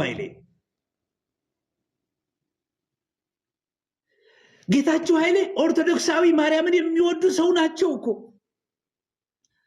እሳቸው ራሳቸው የወንጌል እውነት የተረዱ ሰው አይደሉም። ግን እውነት ተደብቆ ስለማይቀር እኒህ ሰው ራሳቸው በውጭ ሀገር ሄደው ተርጉመው በደብዳቤ እየጻፉ ለነገስታቱም እያቀረቡ ለቤተ ክህነት እያቀረቡ ሙከራዎች ቢደረግም የኢትዮጵያ ቤተክርስቲያን ተሐድሶን አቃላ ንቃ ወጣች እና ፕሮፌሰር ጌታቸው ኃይሌ እንዳሉት ቶርች የሚባለውን ሰው የማሰቃየት ቅጣት ለአውሮፓ ያስተማረች የኛ ሀገሪቱ ቤተክርስቲያን ትመስለኛለች ብለዋል። በደንብ ስሙ፣ እኔ አይደለሁም ያልኩት። ቶርች የተባለውን ማናቸው? ፕሮፌሰር መስፍን ወልደማርያም በዚሁ መጽሐፍ መግቢያ ላይ እንደጻፉት ቀዳሚው ቃል በሚለው ቃላቸው ውስጥ እንዲህ ይላሉ። ምዕራባውያን በእንግሊዘኛ ቶርቸር፣ የግዕዝ ጸሐፊዎች ኩነኔ የሚለውን ሰውን የማሰቃየት ዘዴ እኛ የፈጠርነው መሰለኝ ይላሉ። እኛ የፈጠርነው መሰለኛል። ስለዚህ የኢትዮጵያ ቤተክርስቲያን ተሐድሶን በመናቅና በማቃለል እድሏን እያጣች ነው የመጣችው። አሁን ሌላውን እንተው፣ የተማሪዎችን የመኖችን እንቅስቃሴ እንተውና የዘመናችንን አሁን ያለንበትን ተሐድሶ እናንሳና ምናልባት ከቻል አንድ ሁለት ጊዜ ተናገሩና የዛሬውን በዚህ ለመጠቅለል እንሞክራለን። ለምን የተሐድሶ ጥያቄ እንግዲህ ተሐድሶ የልጆች ጥያቄ ነው የሚለውን አፍርሰነዋል። አሁን ያለው የተሐድሶ ጥያቄ ምንድነው የሚፈልገው? ምንድነው ጥያቄው? እንደነዚያ ሰዎች የተገለጠ ጥያቄ አለው ወይ? እነዚያ ሰዎች የተነሱት የኢትዮጵያ ቤተክርስቲያን የስተት ትምህርት፣ የስተት ስርዓት፣ የስተት ባህል አምጥታለች፣ የስተት መጽሐፍ አስገብታለች የሚል በማስረጃ አቅርበዋል።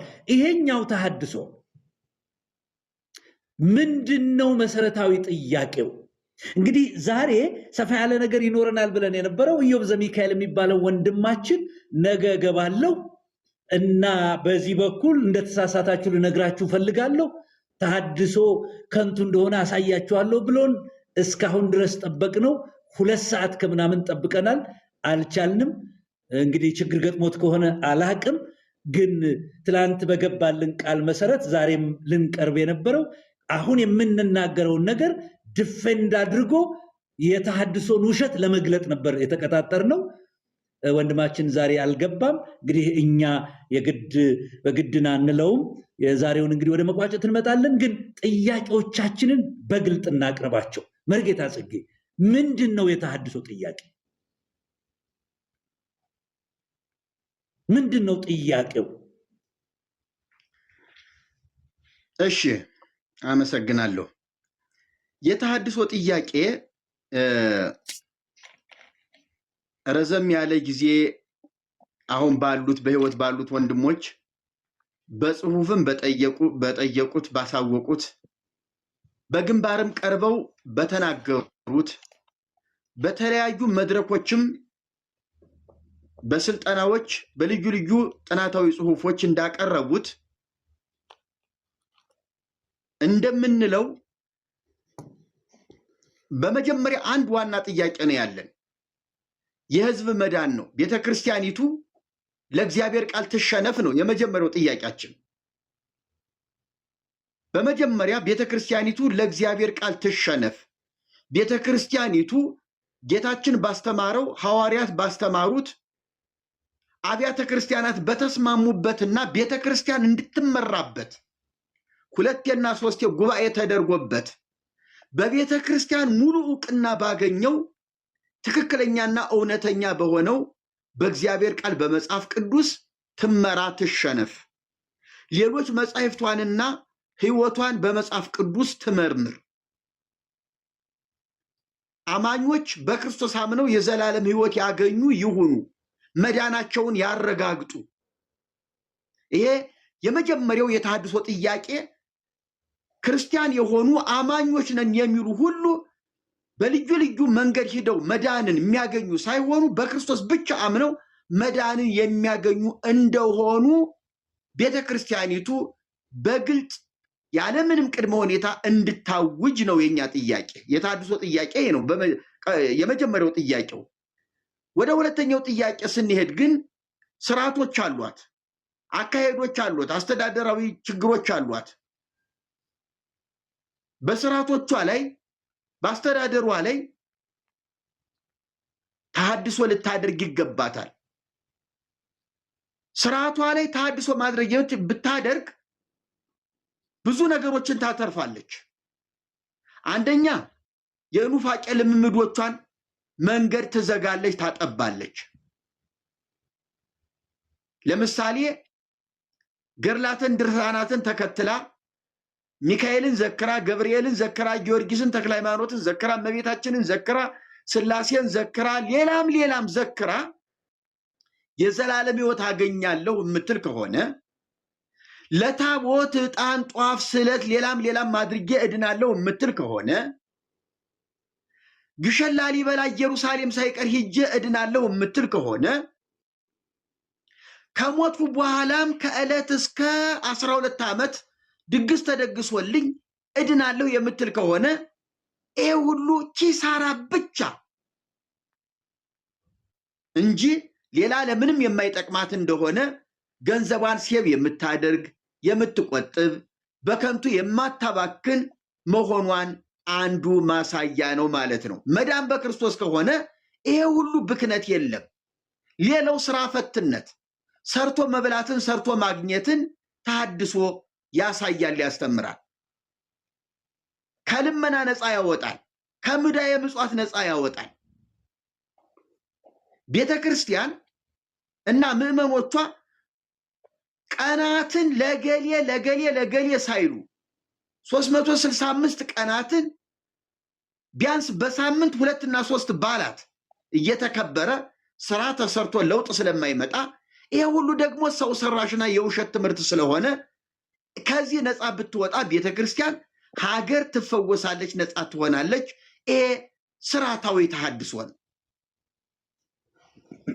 እና ይሄንን በሁለተኛና በሶስተኛ መንገድ የምናየው የምናጠረው ይሆናል። ዋና ተሐድሷችን ግን በእግዚአብሔር ቃል የምትመራ ቤተክርስቲያን፣ በክርስቶስ የዳነች ቤተክርስቲያንን ማየት ነው የምንፈልገው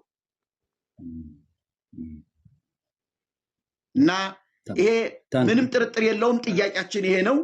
ይሄንን ደግሞ ህዝቡ በብዙ ጽሁፎቻችንና ስብከቶቻችን እየተረዳን እየተቀበለን ምናልባት ከመሪዎችም በርከት ያሉት ነገሩን በጥንቃቄ እየመረመሩትና እየተረዱት እንደሆነ አሁን እያየን ነው።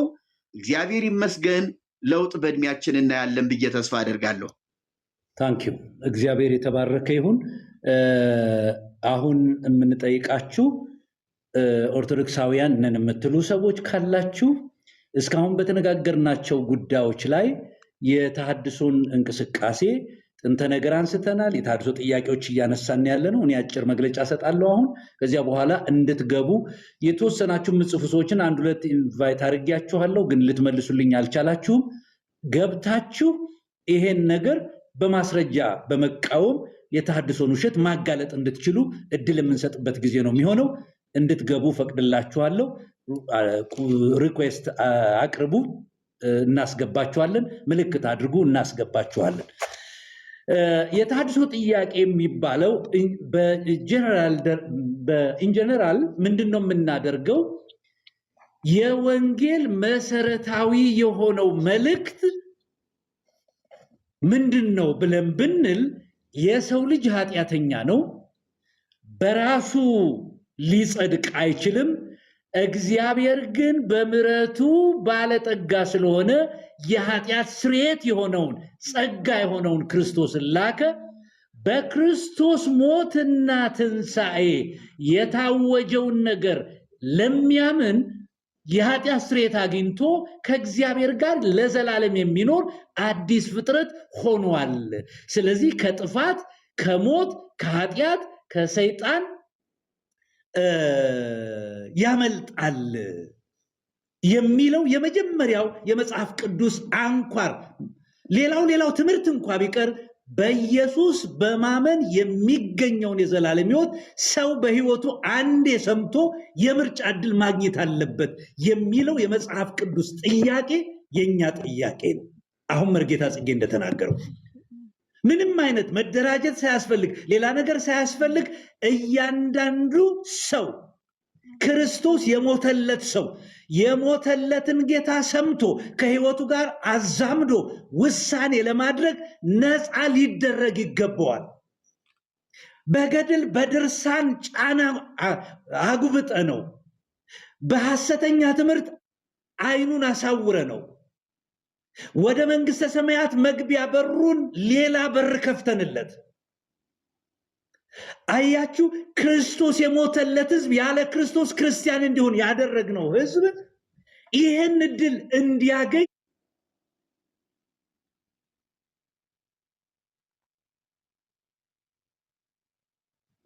የትኛውም ዋጋ ተከፍሎ የትኛውም ዘመን ተጨርሶ የትኛውም ሰው አልቆ ቢሆን ይሄ እውነት ለቤተሰቦቻችን እንዲደርስ ማድረግ መሰረታዊ ጥያቄያችን ነው። ከዚህ በሰለለ 4 መሰረታዊ ነገሮች ደግሞ አሉን ጥያቄዎች ቤተክርስቲያኒቱን በተመለከተ። አንደኛ፣ ቤተክርስቲያኒቱ ያስተዳደር ተሐድሶ ልታደርግ ይገባታል። በብዙ ማስረጃ በብዙ ሰነድ እንደምናረጋግጠው ያስተዳደር ብክለት አግኝቷታል። አስተዳደሯ ከሐዋርያት ትምህርት ያፈነገጠ፣ ከሐዋርያት ስርዓት ያፈነገጠ፣ እንግዳና ሰው ሰራሽ በሆነ መልክና ስርዓት የተመሰረተ ነው። አሁን ዛሬ ስለዚህ አንልም። በሚኖረን አይ ቲንክ ነገ ቅዳሜ ነው፣ ምናልባት ማታ ከሆነ ልንገባ እንችላለን። ካልሆነ ተነጋግረን ማስታወቂያ ለጥፋለሁኝ። በሚቀጥለው ውስጥ እናቀርበዋለን ዝርዝሩን። ግን የኢትዮጵያ ቤተክርስቲያን ያስተዳደር ተሐድሶ ልታደርግ ይገባታል። ይሄን እንግዲህ ተንኮለኞች እንዳይጠቀሙበት ያስተዳደር ተሐድሶ ማለት ጳጳሳት ፓስተር ይሁኑ የሚል የልጆች ጨዋታ አልተጫወትም። ፓስተሮች ፕሮፌት ይሁኑ፣ ማን ነው ጳጳሳት ፕሮፌት ይባሉ፣ አፖስትል ይባሉ የሚል የልጆች ጨዋታ አንጫወትም እኛ። ግን ያስተዳደር ተሐድሶ ማለት አስተዳደሩ ለመንፈስ ቅዱስና ለእግዚአብሔር ቃል ክፍት የሆነ መሆን አለበት። የኢትዮጵያ ቤተክርስቲያን አስተዳደር ለመንፈስ ቅዱስ ክፍት አይደለም፣ ለእግዚአብሔር ቃል ስልጣን የተገዛ አይደለም። መጽሐፍ እንዲህ ይላል ከማለት ይልቅስ ቀኖናችን እንዲህ ይላል የሚል ነው። ስለዚህ አስተዳደሩ ተሐድሶ ያስፈልገዋል። ያስተዳደሩ የሲመት ስነ ስርዓት መጽሐፍ ቅዱሳዊ አይደለም። ቤተ ክርስቲያንን ለመምራት የሚችል ሰው በመጽሐፍ ቅዱስ መመሪያ መሰረት ልጆቹን ማስተዳደር፣ ቤቱን መምራት የቻለ የኢትዮጵያ ቤተ ክርስቲያን የአመራር አካል አስተዳደር ግን እንደሱ አይደለም። እንዲያውም በተቃረነ መልኩ ያገባ ሰው መሪ እንዳይሆን ይደረጋል። ስለዚህ ወንድሞቼና እህቶቼ አስተዳደራዊ ተሐድሶ በዝርዝር በሚቀጥለው እናቀርበዋለን። አስተዳደሯ ምን ይመስላል? በታሪክ ምን ይመስላል፣ አሁን ያለችበት ምን ይመስላል፣ መጽሐፍ ቅዱስ ምን ይላል ብለን እናነሳዋለን። ሁለተኛ ቤተክርስቲያኒቱ በጥቅሉ የትምህርት ተሐድሶ ልታደርግ ግዴታዋ ነው። ትምህርት ማለት 4 ክፍሎች አሉት። ለድነት የሚያበቃው ትምህርቷ ተሐድሶ ያስፈልገዋል። ለአገልግሎት የሚያበቃው ትምህርቷ ተሐድሶ ያስፈልገዋል። የሚሽን እንቅስቃሴ ትምህርቷ ተሐድሶ ያስፈልገዋል። ቤዚክ ባይብል ዶክትሪን የምንለው መሰረታዊ መጽሐፍ ቅዱስ አስተምሯ ተሐድሶ ያስፈልገዋል። በዝርዝር ነገው ፕሮግራም እንመጣበታለን።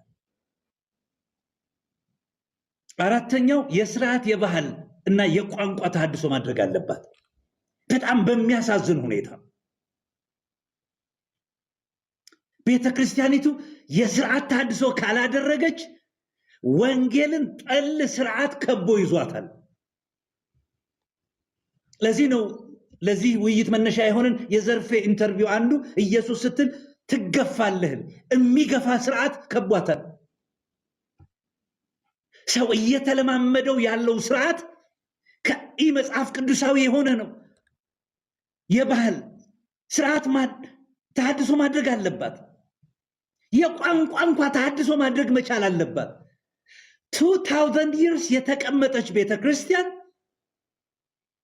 ዓለም በቋንቋ በባህል በስርዓት በፖለቲካ ልዩ ልዩ ደረጃ ሲደርስ ወይ ፍንክች አባቢለዋ ልጅ ዓለም የማይነጋገርበትን ኢትዮጵያውያን የማያወሩበትን ቋንቋ ብቻ በመያዝ ግዕዝ ይወገድ አላልኩም ወይ ማስተማር ማሰልጠን አለበለዚያ ሌሎች ቋንቋዎችን መተካት ሲገባት በሄደችበት ሁሉ የቅኝ ገዢ ሃይማኖት ተብላ ከተጠራችበት ነገር አንዱ የቋንቋ ተሐድሶ ስላላደረገች የሚስል ልብ የሌላት መሆኑን ያሳያል።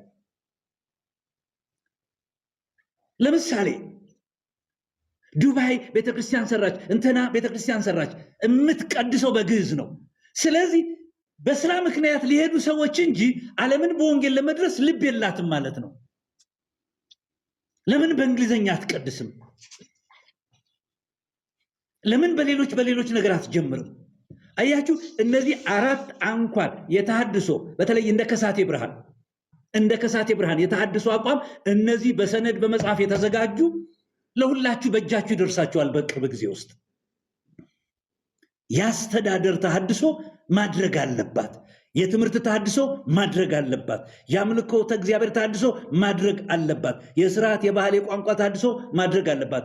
እነዚህ የተሐድሶ ፒላሮቻችን ግባቸውን ከመቱ የኢትዮጵያ ሕዝብ ኢየሱስን በመቀበል የዘላለም ሕይወት ያገኛል።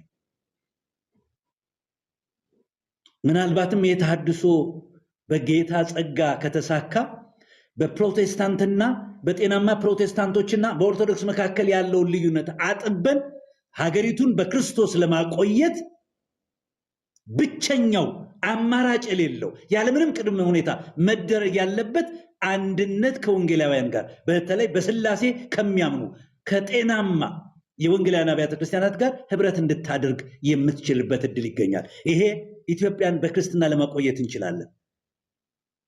ኢትዮጵያን እንደገና የክርስቲያን ሀገር ማድረግ የምንችልበት ብቸኛው መንገድ ሰይፍ አይደለም፣ ጦር አይደለም፣ አመፅ አይደለም፣ አሁን እንደሚደረገው ጥቁር መልበስ አይደለም፣ ድንጋይ መወርወር አይደለም፣ አብዮት አደባባይ ወይ መስቀል አደባባይ መሯሯጥ አይደለም። ስለ ክርስቶስ ወንጌል ያለምንም ቅድመ ሁኔታ ክብራችንን ቁጭ አድርገን በህብረት ብንቀመጥ ኢትዮጵያ የክርስቶስ ሀገር፣ ኢትዮጵያ ክርስቶስን ለምስራቅ አፍሪካ፣ ለምዕራብ አፍሪካ፣ ለሰሜንና ለደቡብ የምታደርስ እውነተኛ የክርስቶስ ደቀ መዝሙር ቤተክርስቲያን ትሆናለች ብለን እናስባለን። እግዚአብሔር ለዘላለም የተባረከ ይሁን።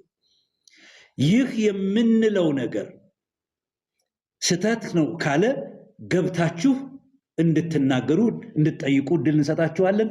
በርዕሳችን በተነጋገርነው ጉዳይ ላይ እንድትገቡ እንጋብዛለን። አንድ ቁጥር አሳዩኝ ወይም ሪኩዌስት ላኩ፣ አስገባችኋለሁ። ጥቂት ደቂቃ ከእናንተ ጋር እንነጋገራለን። እየተሳደባችሁ ያላችሁ ጌታ እግዚአብሔር ይባርካችሁ፣ አይቁጠርባችሁ። እኛም እንደናንተ የነበርነው ፕሮቴስታንትን በመቃወም ስለ ወንጌል የሚያወሩትን በመቃወም እነሱን ለማስቆም ስናደርግ ነው። ልክ እንደ ጳውሎስ መንገድ ላይ እግዚአብሔር የተጠቀመው አሁንም በመንገዳችሁ እግዚአብሔር ልጅ ኢየሱስ እንዲቀድም ነው የምንጸልየው። ምሕረት እንዲበዛላችሁ ነው የምንለው። ኢየሱስን እንድትቀምሱት ነው የምንጋብዛችሁ። ግድ የላችሁም። ያየነውን የሰማነውን ነው የምንነግራችሁ። የቀመስነው ልጆቻችን የዳሰሱትን ነው። አንዴ ብትቀምሱት እርግጠኛ ነኝ ኦርቶዶክሳውያን አንዴ ኢየሱስን ካወቁ ጨካኞች ናቸው። ምክንያቱም ዘመናቸው ያለቀው በከንቱ ትምህርት እንደሆነ ያውቃሉ። ስለዚህ ወንድሞቼ ከመሳደብ ለመናገር ሞክሩ፣ ለመምከር ሞክሩ። እሺ ማንን እንደማስገባ አላቅም። እስቲ አንድ ሰው ላስገባ።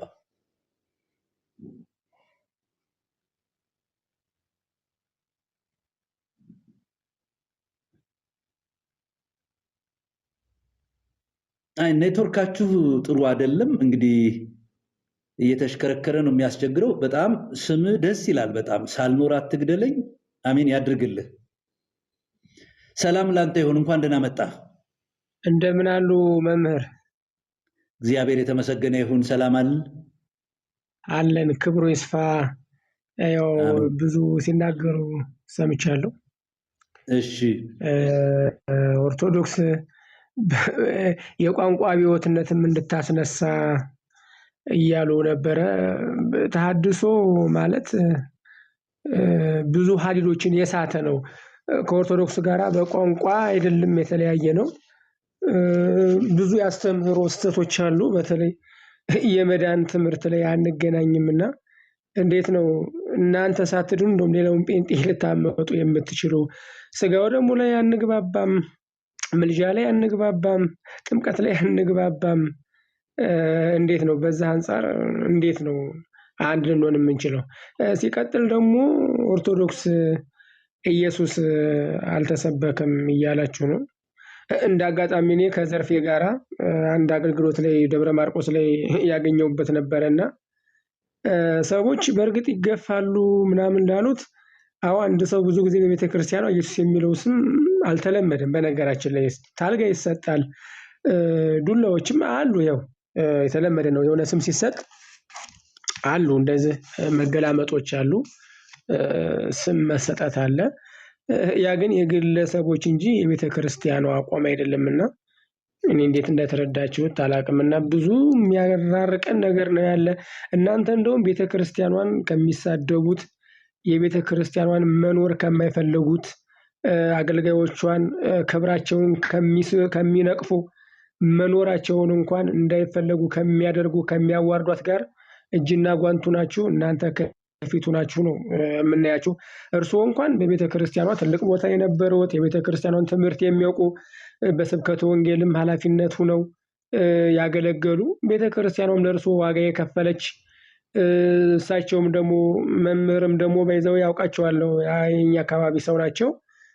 በጣም የተማሩ የቤተክርስቲያኑ ዕውቀት የሚያውቁ መጽሐፍም የጻፉ ናቸውና እኔ እንዴት አድርጋችሁ እንደምትረዱት አላውቅም። በእርግጥ በቤተክርስቲያኑ ዕውቀት እኔ እናንተን ያህል ዕውቀት የለኝም። ግን ሚዲያ ላይ የምትናገሩትና ፍሬያችሁ ሲታይ የማይገናኝ ሰማይና ምድር ነው።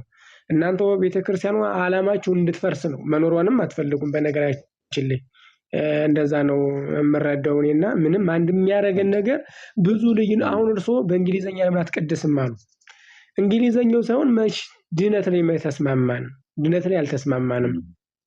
እኔ የእሳቸውን የመርጌታን መጽሐፍ አንብቤ ያለውኝና በጣም የስነ ጽሁፍ ችሎታ ያላቸው የቅዳሴ መምህር የሆኑ እርስዎም በስብከት ያለፉ እኔ እንደው እዛ ስገቡ ምን እንደሚያበሏቸው አላውቅም። እኔ በነገራችን ላይ ቤተክርስቲያኗን ነው ጠምዳችሁ የምር። አሁን እኔ እሳቸው የኛ አካባቢ ሰው ናቸው፣ ቅኔም ማዋቂ ናቸው። እርስዎትን እንኳን በደንብ አላውቀውትም፣ ሚዲያ ላይ ነው የማውቃቸውና እንደ አጋጣሚ የእሳቸውን መጽሐፍም የመሸጡ እድል ነበረኝና ያላቸውን መረት በጣም ግን በቃ የቤተክርስቲያኗን አንኳር ነው እንኳን አትቀበሉ። ትታደስ ስላላችሁ ወደ የትኛው ዘመን እንደምትመልሷት አላውቅም። እኔ ትታደስ ትንጣ ደግሞ ተሳዳቢ ምናምን ትላላችሁ። ማን ነው የሚሳደብ? አሁን ላይ እኔ ከዛሬ ከ10 ዓመት በፊት በነገራችን ላይ ጎጃም ላይ እነዚህ ጴንጤዎች ነበሩና በድንጋይ ይመቱ ነበረ። ጌታ ይባርኳችሁ ብሎ ነበር የሚሄዱ ደብረ ማርቆስ ላይ አንድ ቸርች ብቻ ነው ያለ። ባህር ዳር ደግሞ አባይ ማዶ አካባቢ አለ። እዛው ቀበሌ 16ም አለ። ልክ የጥምቀት ሲሆን ቄሶቹ ራሳቸው ባለዋቂነት የነሱን የማምለኪያ ቦታ ያሰብሩ ነበር። ይሄ ወንጌል ያልገባው ቄስ አንዳንድ ስህተቶች እኮ አሉ እኮ እኛም ስላለንበት አሁን ላይ በአገልግሎት ባንሆንም አንዳንድ ኢየሱስ የሚል ሰው ሲመጣ መደብደብ አለ። እኔ በነገራችን ላይ ተገፋውም ከተባለ የተገፉ ጽጌ ስጦታው ናቸው። እሳቸው በእርግጥ እኔ ተገፍተዋል። አንዳንድ ነገርም በራሴ እሳቸውን የሚያቅሰው የኔ ዘመር ስላለ ቤተ ክህነት ይነግረኛል። አንደኛ እውቀቱ አላቸው፣ ተገፍተዋል። አንዳንድ ደግሞ ቤተክርስቲያኑም አሁን ትንሽ እየተሸነፉ ሄድና ወደ እነዛ ገቡ እንጂ አሁንም ድረስ ኦርቶዶክስ ነኝ የሚል ነገር አለ። አንዳንዶቻችሁ ግን ኦርቶዶክስ ነኝ የማለትም እኔ እንትኑን ከየት እንደምታገኙት አላውቅምና ቤተክርስቲያኗን እንድትኖር ራሱ አትፈልጉም። ለሌላ ነው እንደው ማጋልጣችሁ ሰጣችኋት እና ለዛ ነው። አመሰግናለሁ። በጣም እግዚአብሔር ያክብርልኝ። በመጀመሪያ እንደው ሚዛናዊ ለመሆን በሚዛናዊ ሀሳብ ለመናገር በመሞከሮት እግዚአብሔርን አመሰግናለሁ። በጣም ነው የማመሰግነው። የተሰማዋትን ደግሞ በግልጽ በመናገረው በጣም ነው የማመሰግነው። እግዚአብሔር ያክብርልኝ።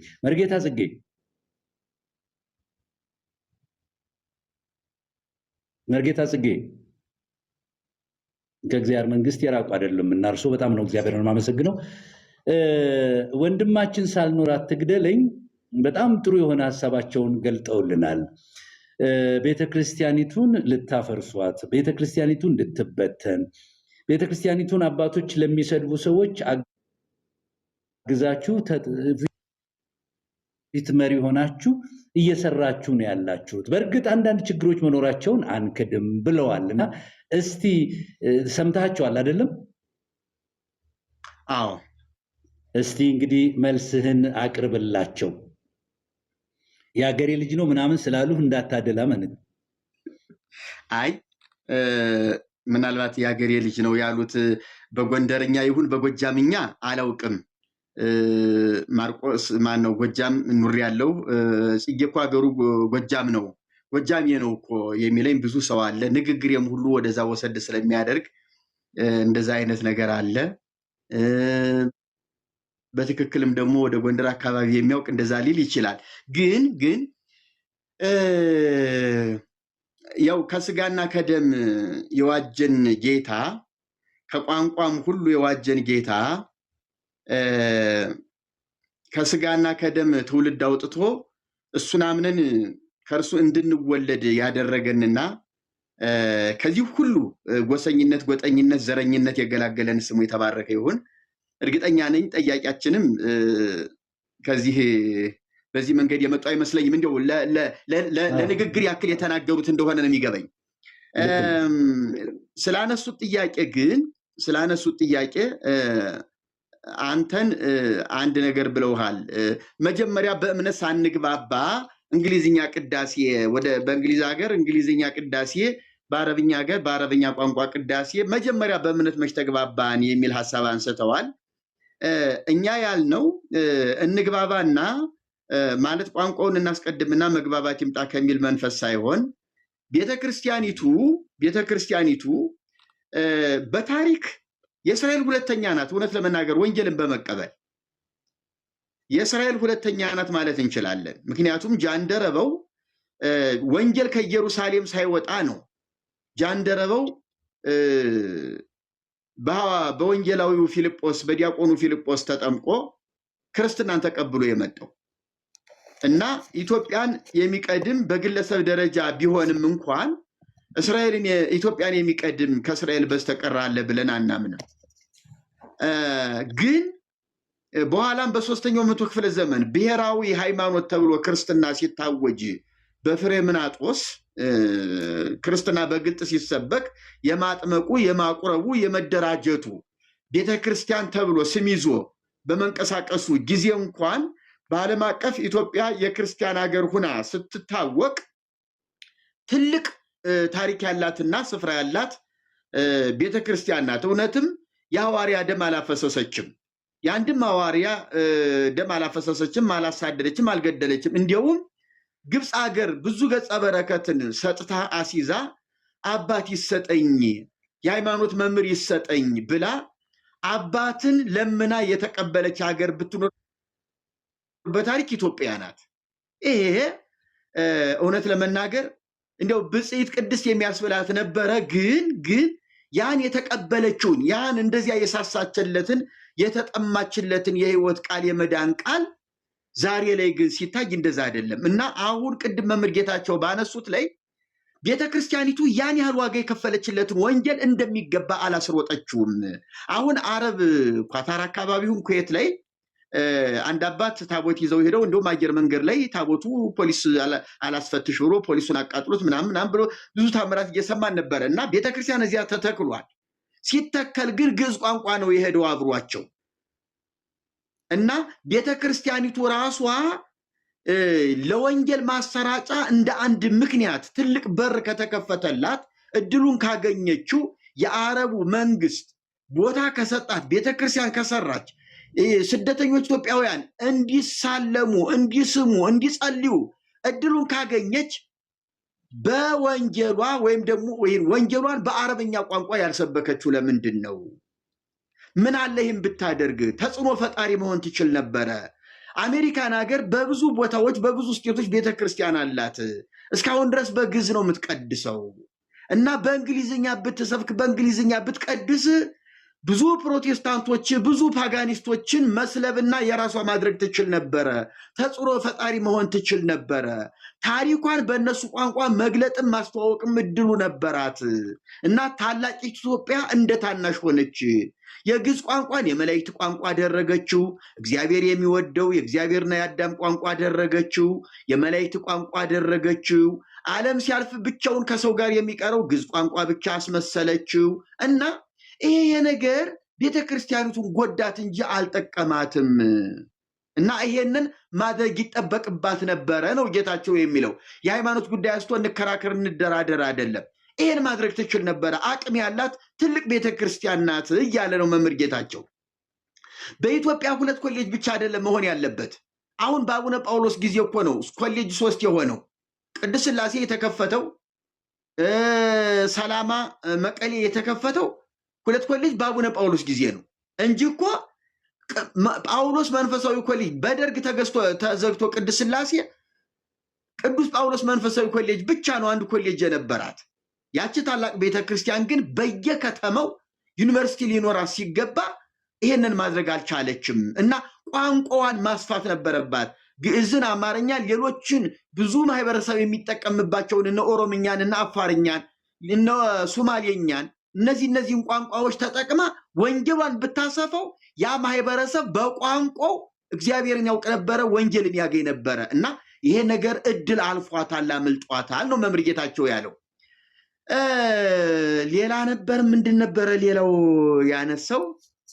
ያው በእምነት ስለማንስማማ ከእናንተ ጋር መጀመሪያውኑ ሳንስማማ እንዴት ራሱ ከወንጌላውያን ጋር ራሳችሁ ልታቀራርቡን ትችላላችሁ? ራሳችሁ እናንተ ጋር ተስማማ ምንድን ነው እዚህ ላይ አሁን ወንጌላውያንን እየመራችሁ ፊት አውራሪ ሆናችሁ እየመራችሁ መጣችሁ። መግባባት አንችልም እና መቀራረቡ የለም፣ መቀራረቡ ጠፍቷል።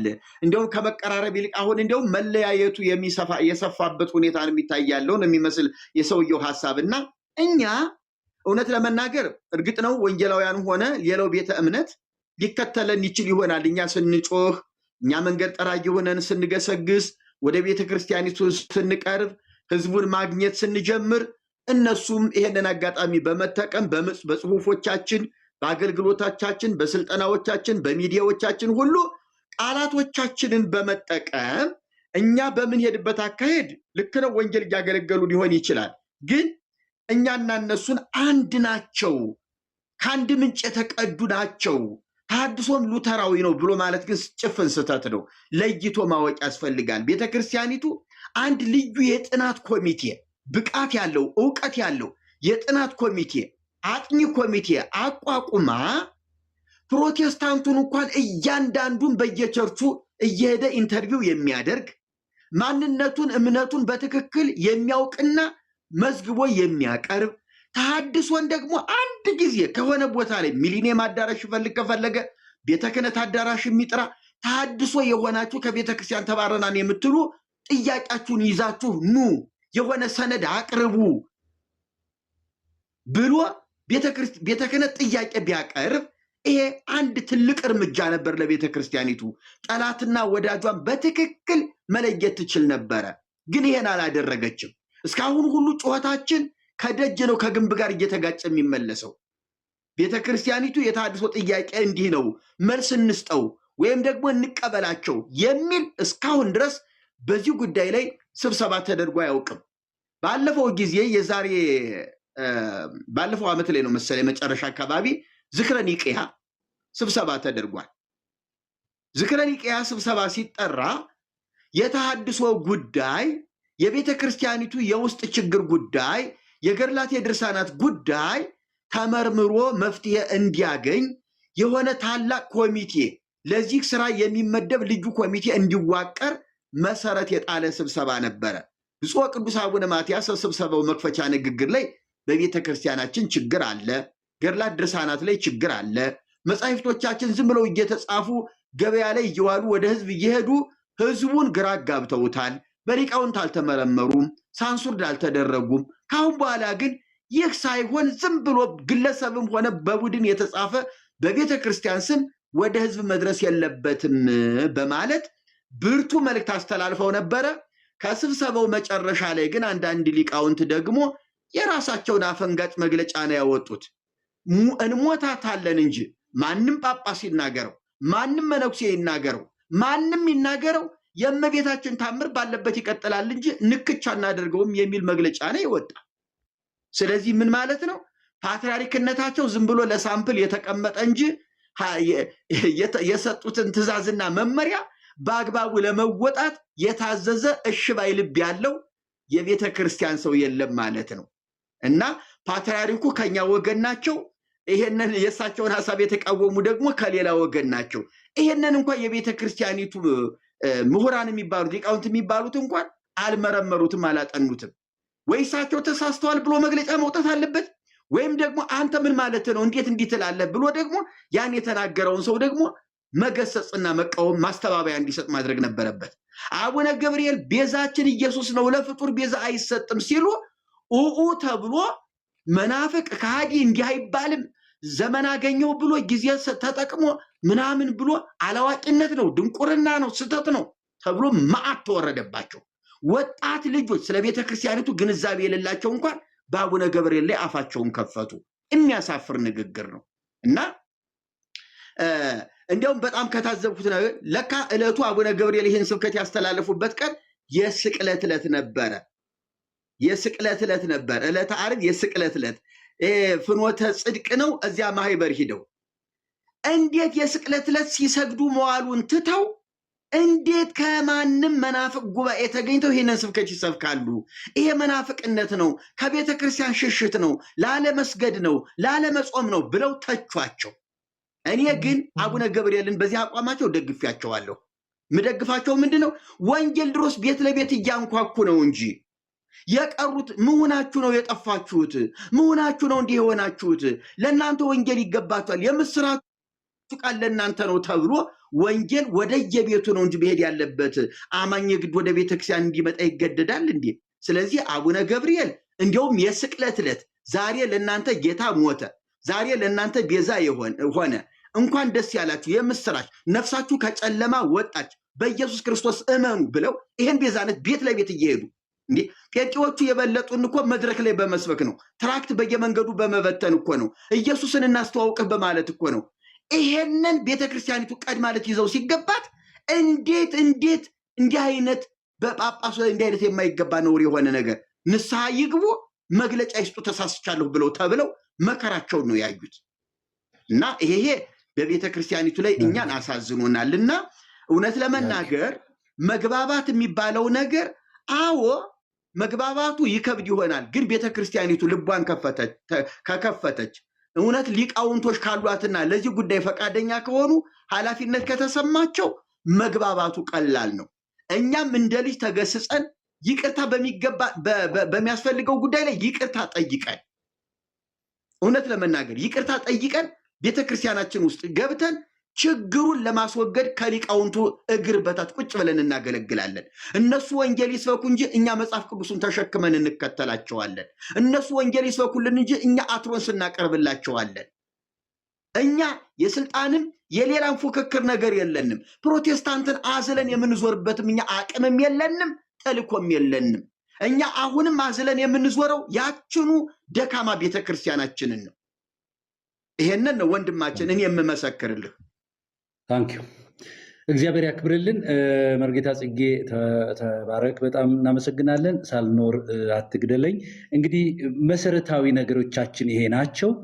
እውነት ለመናገር የኢትዮጵያ ቤተክርስቲያን ኦርቶዶክስ ማለት ነው እንድትፈርስ የሚወድ የሚፈልግ ሰው ካለ ክርስቶስ አልገባውም፣ ወይም ደግሞ ወንጌል አልተረዳም፣ ወይም ደግሞ ኢየሱስን አያገለግልም።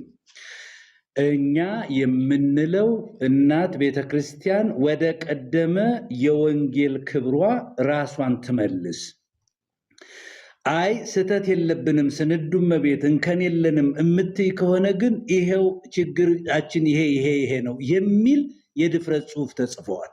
ይሄ እንዲጻፉ ያደረገው ቤተክርስቲያኒቱ እንከን የለብኝም የሚሉ ሰዎች መድረኩን ስለያዙ ነው።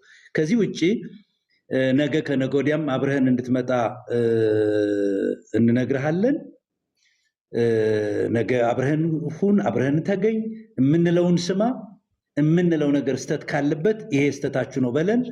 ዛሬ ረጅም ሰዓት ስለተቀመጥ ከዚህ በላይ መቆየት አንችልም። ምናልባት ቅድም አብራን የነበረች ዲቦራ መርሲ ነው ምናምን ወይም መሲ የሚል እንደው በመውጣቷ በጣም ቅር ብሎኛል። ረጅም ሰዓት አብራን ቆይታ ነበረ። የዛሬው ናው እንደው ባትወጣ ደስ ይለኝ ነበር። በተቻለ መጠን እንደው ልክ እንዳሁኑ ሐሳብ ተረጋግተ ስህተታችንን እንድታሳየን እንጋብዛለን። በተረፈ የምንለው ነገር በማስረጃ ነው የምናቀርበው። ቤተክርስቲያኒቱም ይሄን ነገር የግድ ተቀብላ ራሷንም ማዳን አለባት፣ ህዝብ ማዳን አለባት ብለን እናስባለን። እግዚአብሔር ይባርካችሁ ሁላችሁንም። 2 ደቂቃ ቢሰጡኝ መምህርዬ፣ 2 ከሆነ እሺ። አመሰግናለሁ። ቅድም ጩኸታችሁ በነገራችን ላይ ፍሬ አፍርቷል። አንዳንዴ የክርስቶስን እንኳን ለመርቆሬዎስ ተሰጥቶ ሲገለገል የነበረ አንዳንድ ድፍረቶች አሉ እኮ። እኔ ልንገራችሁ፣ እኔ መምህር ጽጌን በደንብ ረስተው ነው እንጂ የዛሬ 4 ዓመት አውቃቸዋለሁ። መምህር ጽጌ ለኦርቶዶክስ የሚቆረቆሩ ከሆነ በየቦታው እየሄዱ እኮ ውስጥ ለውስጥ ስልጠና ይሰጣሉ። ከዛ ውስጥ አንዱ እኔ ነኝ። እኔ በደንብ አውቃቸዋለሁ። እኔ ጋርም አውርተናል። እኔ ስላልፈለግኩት እኔ በነገራችን ላይ የመምህር ጽጌን የእሳቸውን መጽሐፍ ይዤ በመገኘቴ ተስራ ተባረሬያለሁ እኔ። ነገር ግን ወደ ሌላ አዳራሽ አልሄድኩኝም እኔ እግዚአብሔር በሚያውቀው። ግን እኔ እሳቸውን በጣም ነው የማከብራቸው። ለምን ይነጋል ብለው የጻፉት መጽሐፍ የኔንም ህይወት ስለቃኘው፣ የሁላችንም ህይወት ስለቃኘው፣ እሳቸውም ላይ የደረሰው ችግር ስላለ እኔ እሳቸው ላይ የደረሰው ችግር የለም አይደለም በደንብ እንደሚኖር እኔ ራሴ እዛ ውስጥ ሆኛቸዋለሁኝ። እኔ ዲማ ጊዮርጊስን ታውቁታላችሁ። የመጻሕፍት ቤት ያለበት ነው። እንዳጋጣሚ እኔ እዛ ቅኔ የተማርኩበት ነውና ዲማ ጊዮርጊስ የዓመት ባለት ልሙጥ ድንጋይ ይወጣና ምዕመኑ እየተሰበሰበ 2 ብር እየከፈለ ያን ድንጋይ ሲያነሳ እልል ይባላል። መስቀሉ ዲያቆኑና ቄስ ወጥቶ ከዛ እናቶች አቅም የላቸውም። ድንጋዩ ደግሞ በጣም ከባድ ነው። እኔ ራሴ ሞክሬዋለሁ፣ አይነሳም። ሰው አላነሳው ሲል ድንጋዩን ነው ይቅር በይኝ አንቺ ብለው የሚሄዱ። ይሄ እውነታ ነው። ዲማ ጊዮርጊስ ያለ ሰው እንትን የሚያውቀው ነገር ነው። እንግዲህ ወንጌል ከፈለቀበት አገር ስንት ሊቃውንት ካለበት ከዲማ ጊዮርጊስ ላይ ድንጋይ ኃጢአትን የሚናገር ክርስቶስ ሰምራ እንሂድ። ክርስቶስ ሰምራ ላይ እንደዚሁ 2 ብር ይከፈልና ድንጋይ ያለች ተሾልኮ የሚወጣበት ሰው ሸልኮ ሲወጣ ይባላል። ወፍራም ሰው ደግሞ ድንጋዩ አታሾልክም። እንግዲህ በአዲስ ኪዳን የፈሰሰ ደም እያለ ኃጢአትን የሚመዝን ክርስቶስ እያለ የሰው ኃጢአት በድንጋይ በተጣበቀ ድንጋይ በማለፍ በተራራ በመዋጠጥ ማመን ህዝቡን ወደ ገድልና ወደ ጸበል እየተበተቡ 24 ሰዓት አላነውን ስላዞሩት ወንጌል አልተነገረውም። ይሄ እኮ ትክክል እኮ ነው። ነገር ግን ደግሞ እናንተ በተለይ አሁን እኛ አካባቢ በነገራችን ላይ ወንጌል ያልደረሰው ህዝብ ነው። ዓርብና ረቡዕ ወተት አይጠጣም። ዓርብና ረቡዕ ግን ወንድሙን ሊገል መሳሪያ ይወረውራል። ይሄ ሁሉ ወንጌል ያለ መግባት ነው እና ቁጭ አርቦ ያለ መንገር ነው። እኔ አንድ ከገረመኝ ይህን ያህል ዘመን ወንጌል ሲሰበክ በየአዳራሹ በየቤተክርስቲያኑ ሰው አልመጣም። አንድ ቀን ግን እዛ ጎንደር አካባቢ ዳባት ማርያም ታየች ሲባል ሰው ተረጋግጦ እስከሚሞት ድረስ ይሄ ሁላ ወንጌል ያለመሰበክ ነው። ክርስቶስ በዚህ ይመጣል ብላችሁ አትመኑ የሚባለውን ያለ መረዳት ነውና የሁሉ ኃላፊነት የኛ ነበረ። እናንተ ቦታውን ለቃችሁ ከወጣችሁ አሳልፋችሁ ለሰንበት ተማሪ መድረኩን ሰጣችሁ። ታዲያ ማን ነው የሚያስተካክለው? አሁን መምህር ተናገሩ። በነገራችን ላይ እንደናንተ አይነት ሊቅ አለ እንዴ? ቤተክርስቲያን እኮ ዋጋ ከፈለች እኮ። ምዕመናን እኮ ከሚበለው ቆርሶ እኮ ለእናንተ አብልቷል እኮ። በነገራችን ላይ አሁን እናንተ ሚዲያ ያላችሁ ነገሩን ሰብሰብ ብላችሁ የራሳችሁን እንዲህ ብናረግ ቤተክርስቲያን ይህንን ብሰማን ለመመለስ ዝግጁ ነን ብትሉ ከሊቃውንቱ ጋር ብትነጋገሩ ቤተክርስቲያን በሯን የምትዘጋ አይመስለኝም። አሁን ላይ በጣም ሰይፍ እየተወረወረባት እየተነቀነቀችበት ያለበት ዘመን ነው። ሌላው እንኳን የአማንያን ገድል እየጠቀሰ አንዳንድ ነገር ሲናገር ከእናንተ ሰምቶ ነው እንጂ ወንጌል አልተነገረም። ምዕመኑ ወደ ገድልና ወደ ጸበል ለጸበል ስንት ወንጌል። በነገራችን ላይ ጸበል ቢያድንም የእምነቱ አንድ አካል አይደለም። ክርስቶስ ነው ሕይወት የሆነና ያንን ወንጌል እንድንሰብክ ሁላችንም ወደ አንድ መምጣት አለብን። ቤተክርስቲያኗ ላይ የበቀል ዱላ ባንወረውር ለማለት ነው። ይቅርታ በዛው አንዳንዴ እየገባው ሐሳቦችን እሰጣለሁ። እግዚአብሔር ይስጥልኝ። እሺ እንዴ ይሄ ራሱ እኮ ግራ የሚያጋባ ነገር ነውና